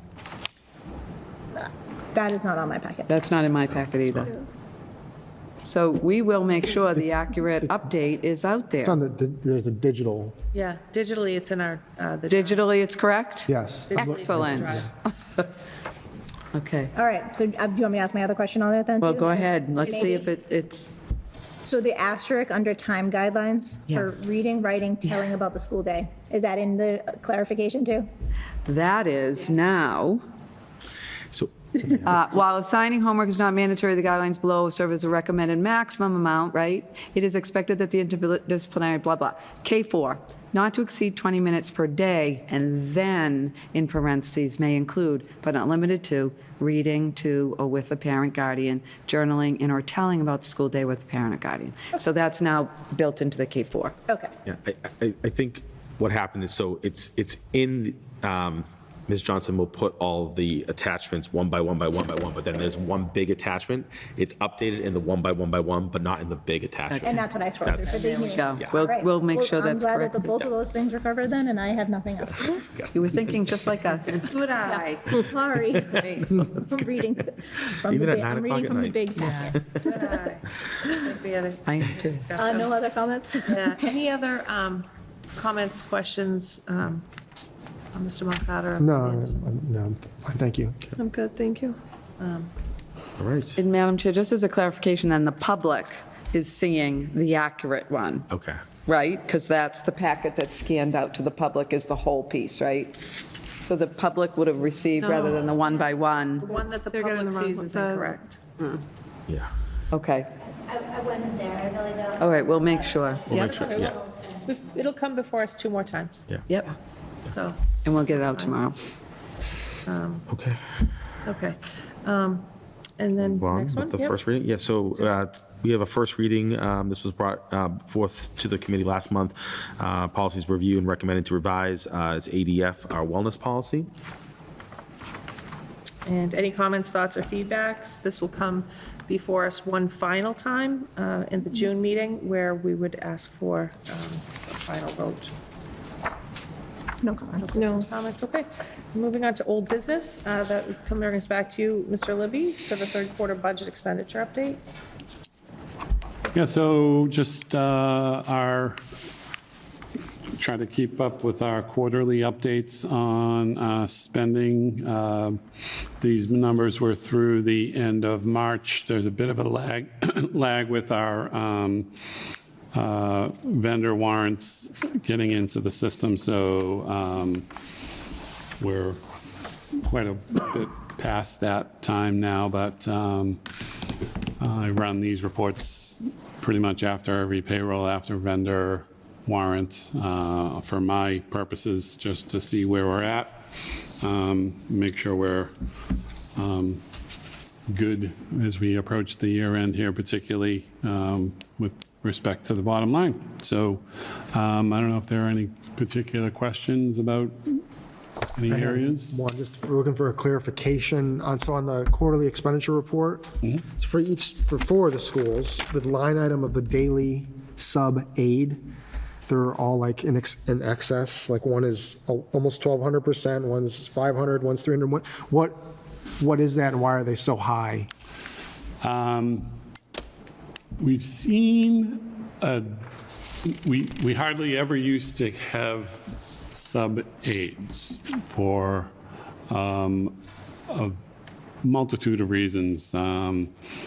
We had a very low sub-aid rate, and when we had very few sub-candidates, and when we did get a sub in the school, they were taking teacher roles. It seems like of late, we've seen more cases where the substitute is coming in, and the aide in the classroom is stepping up and doing the subbing for the teacher, and then the person from the street is getting paid as a substitute aide rather than a substitute teacher.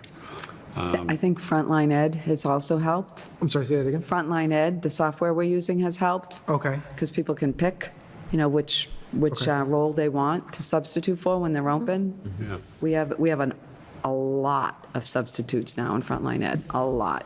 These numbers, though, they're like typical, is this atypical, is this, did I just catch it at the right time to see it, or is it? It's atypical Very for atypical. this year. Okay. Yeah. Got it. We'll have to adjust as we move down the road. That's what sort of the process. When we see things that are trending in a certain direction, we'll adjust for future years.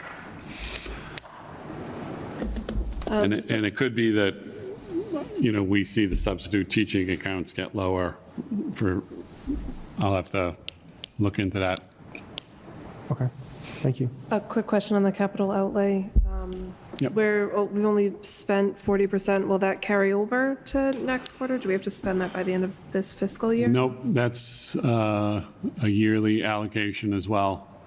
So, yeah, some of that will be as we start these other projects. So the next month, we'll be dipping into some of that. It's also, typically, we've done some tech work with that at year end, if the budget allows. Okay. We were kind of holding on to that while we were waiting for the town meeting votes to occur. Okay, good. So now, a better sense of where we can spend that. Okay, great. Thank you. Okay, I have no questions. Mrs. B. Jones Smith? No questions. Mr. Russo? I thought you just were skipping over me. I'm Saving you for last. Mr. Libby, just one quick thing, and I recognize that this is through March, so April, May, June, obviously, we're a month away almost from the end of the fiscal year.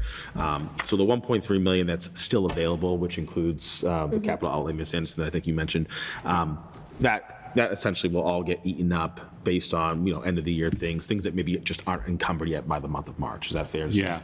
Okay. Yeah, it's pretty much all gone. Already. Fair enough. All right, thank you. Yeah.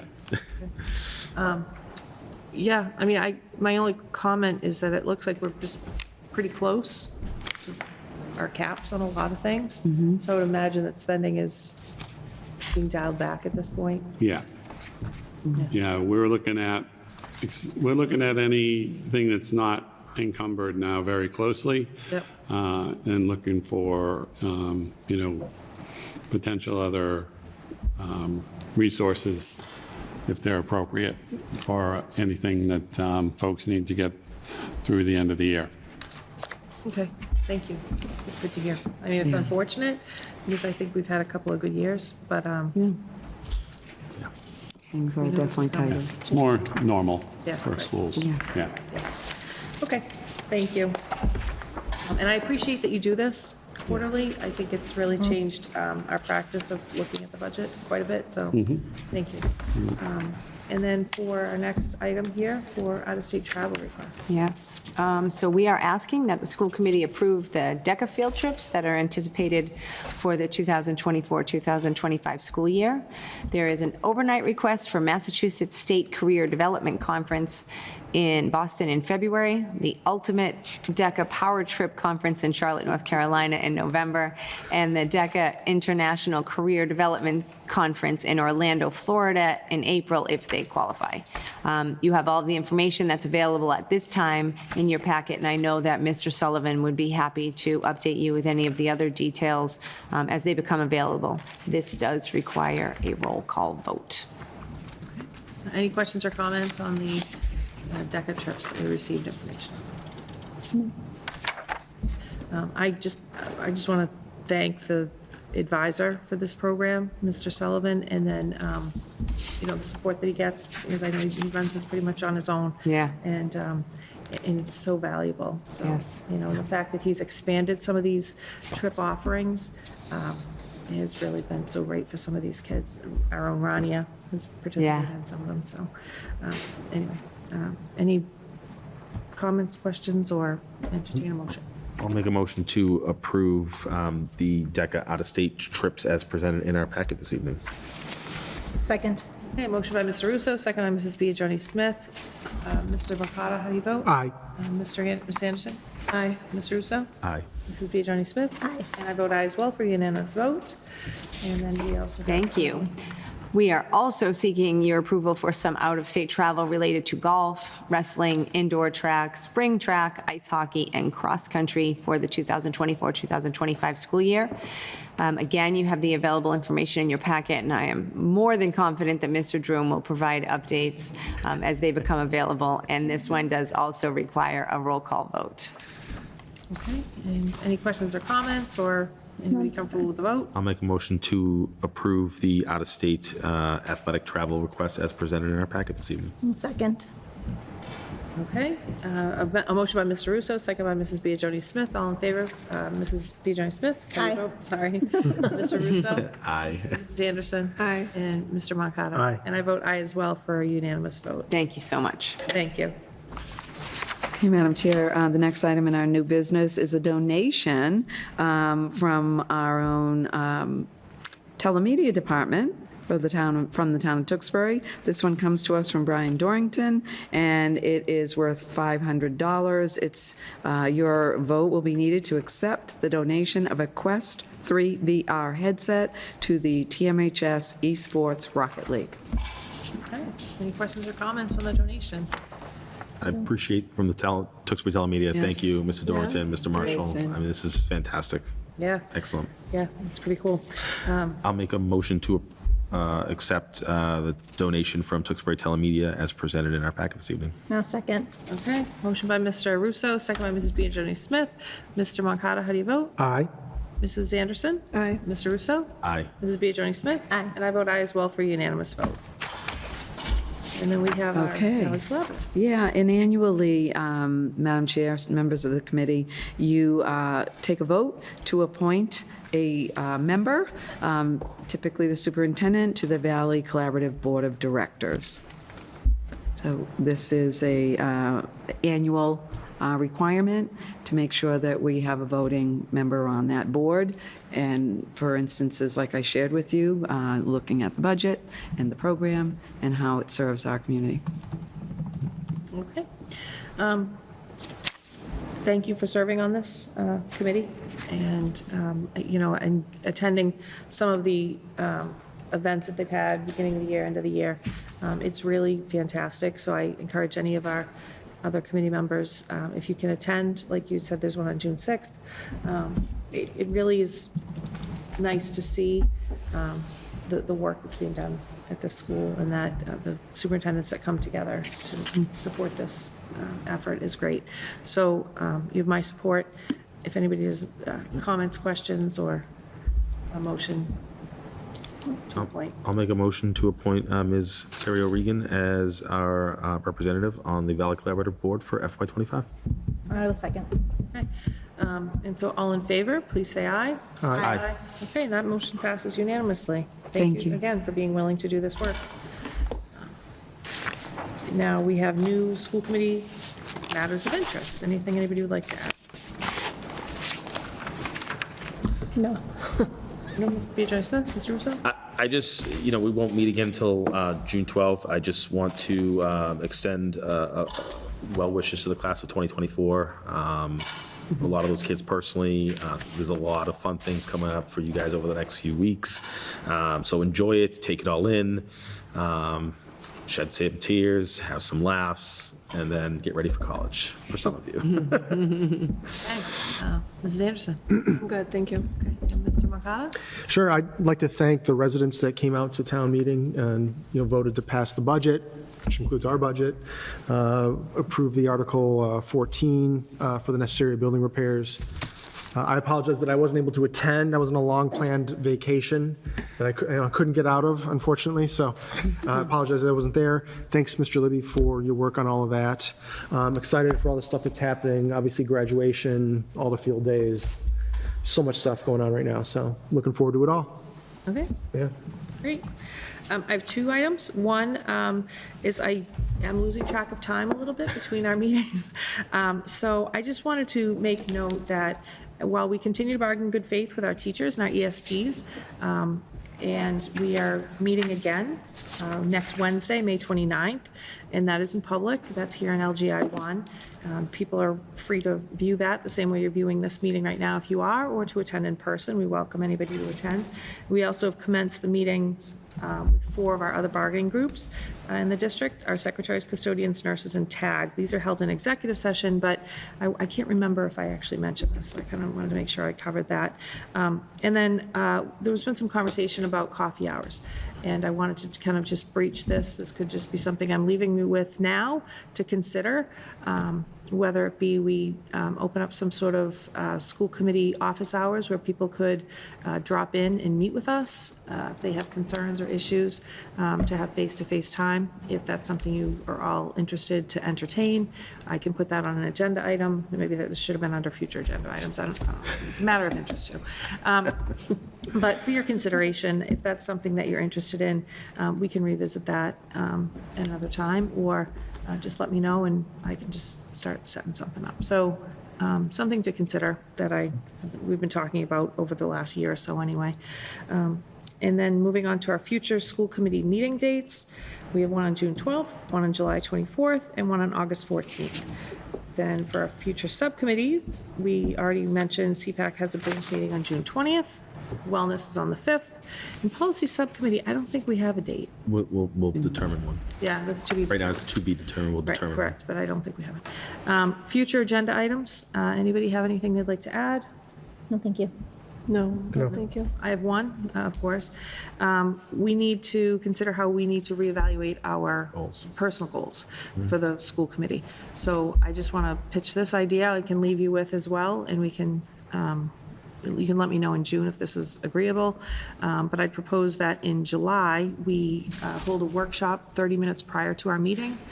I think that if we come prepared, have our thoughts in order, formulate some ideas for the upcoming year, do a little bit of self-assessment, look at that, and then kind of consider what 24-25 might look like. That'll give us an opportunity to then attend the August, what do we call it? Retreat Workshop and- yep. retreat, where we will have a broader picture of the direction that the district might be, working together with us in, and then come back in September with our goals kind of reformulated. So if you're agreeable to that, I think as a future agenda, I would propose to do it that way. And that's it. Motion to adjourn? Second. Motion by Mr. Russo, second by Mrs. Anderson. All in favor, please say aye. Aye. Aye for adjournment at 9:25 PM.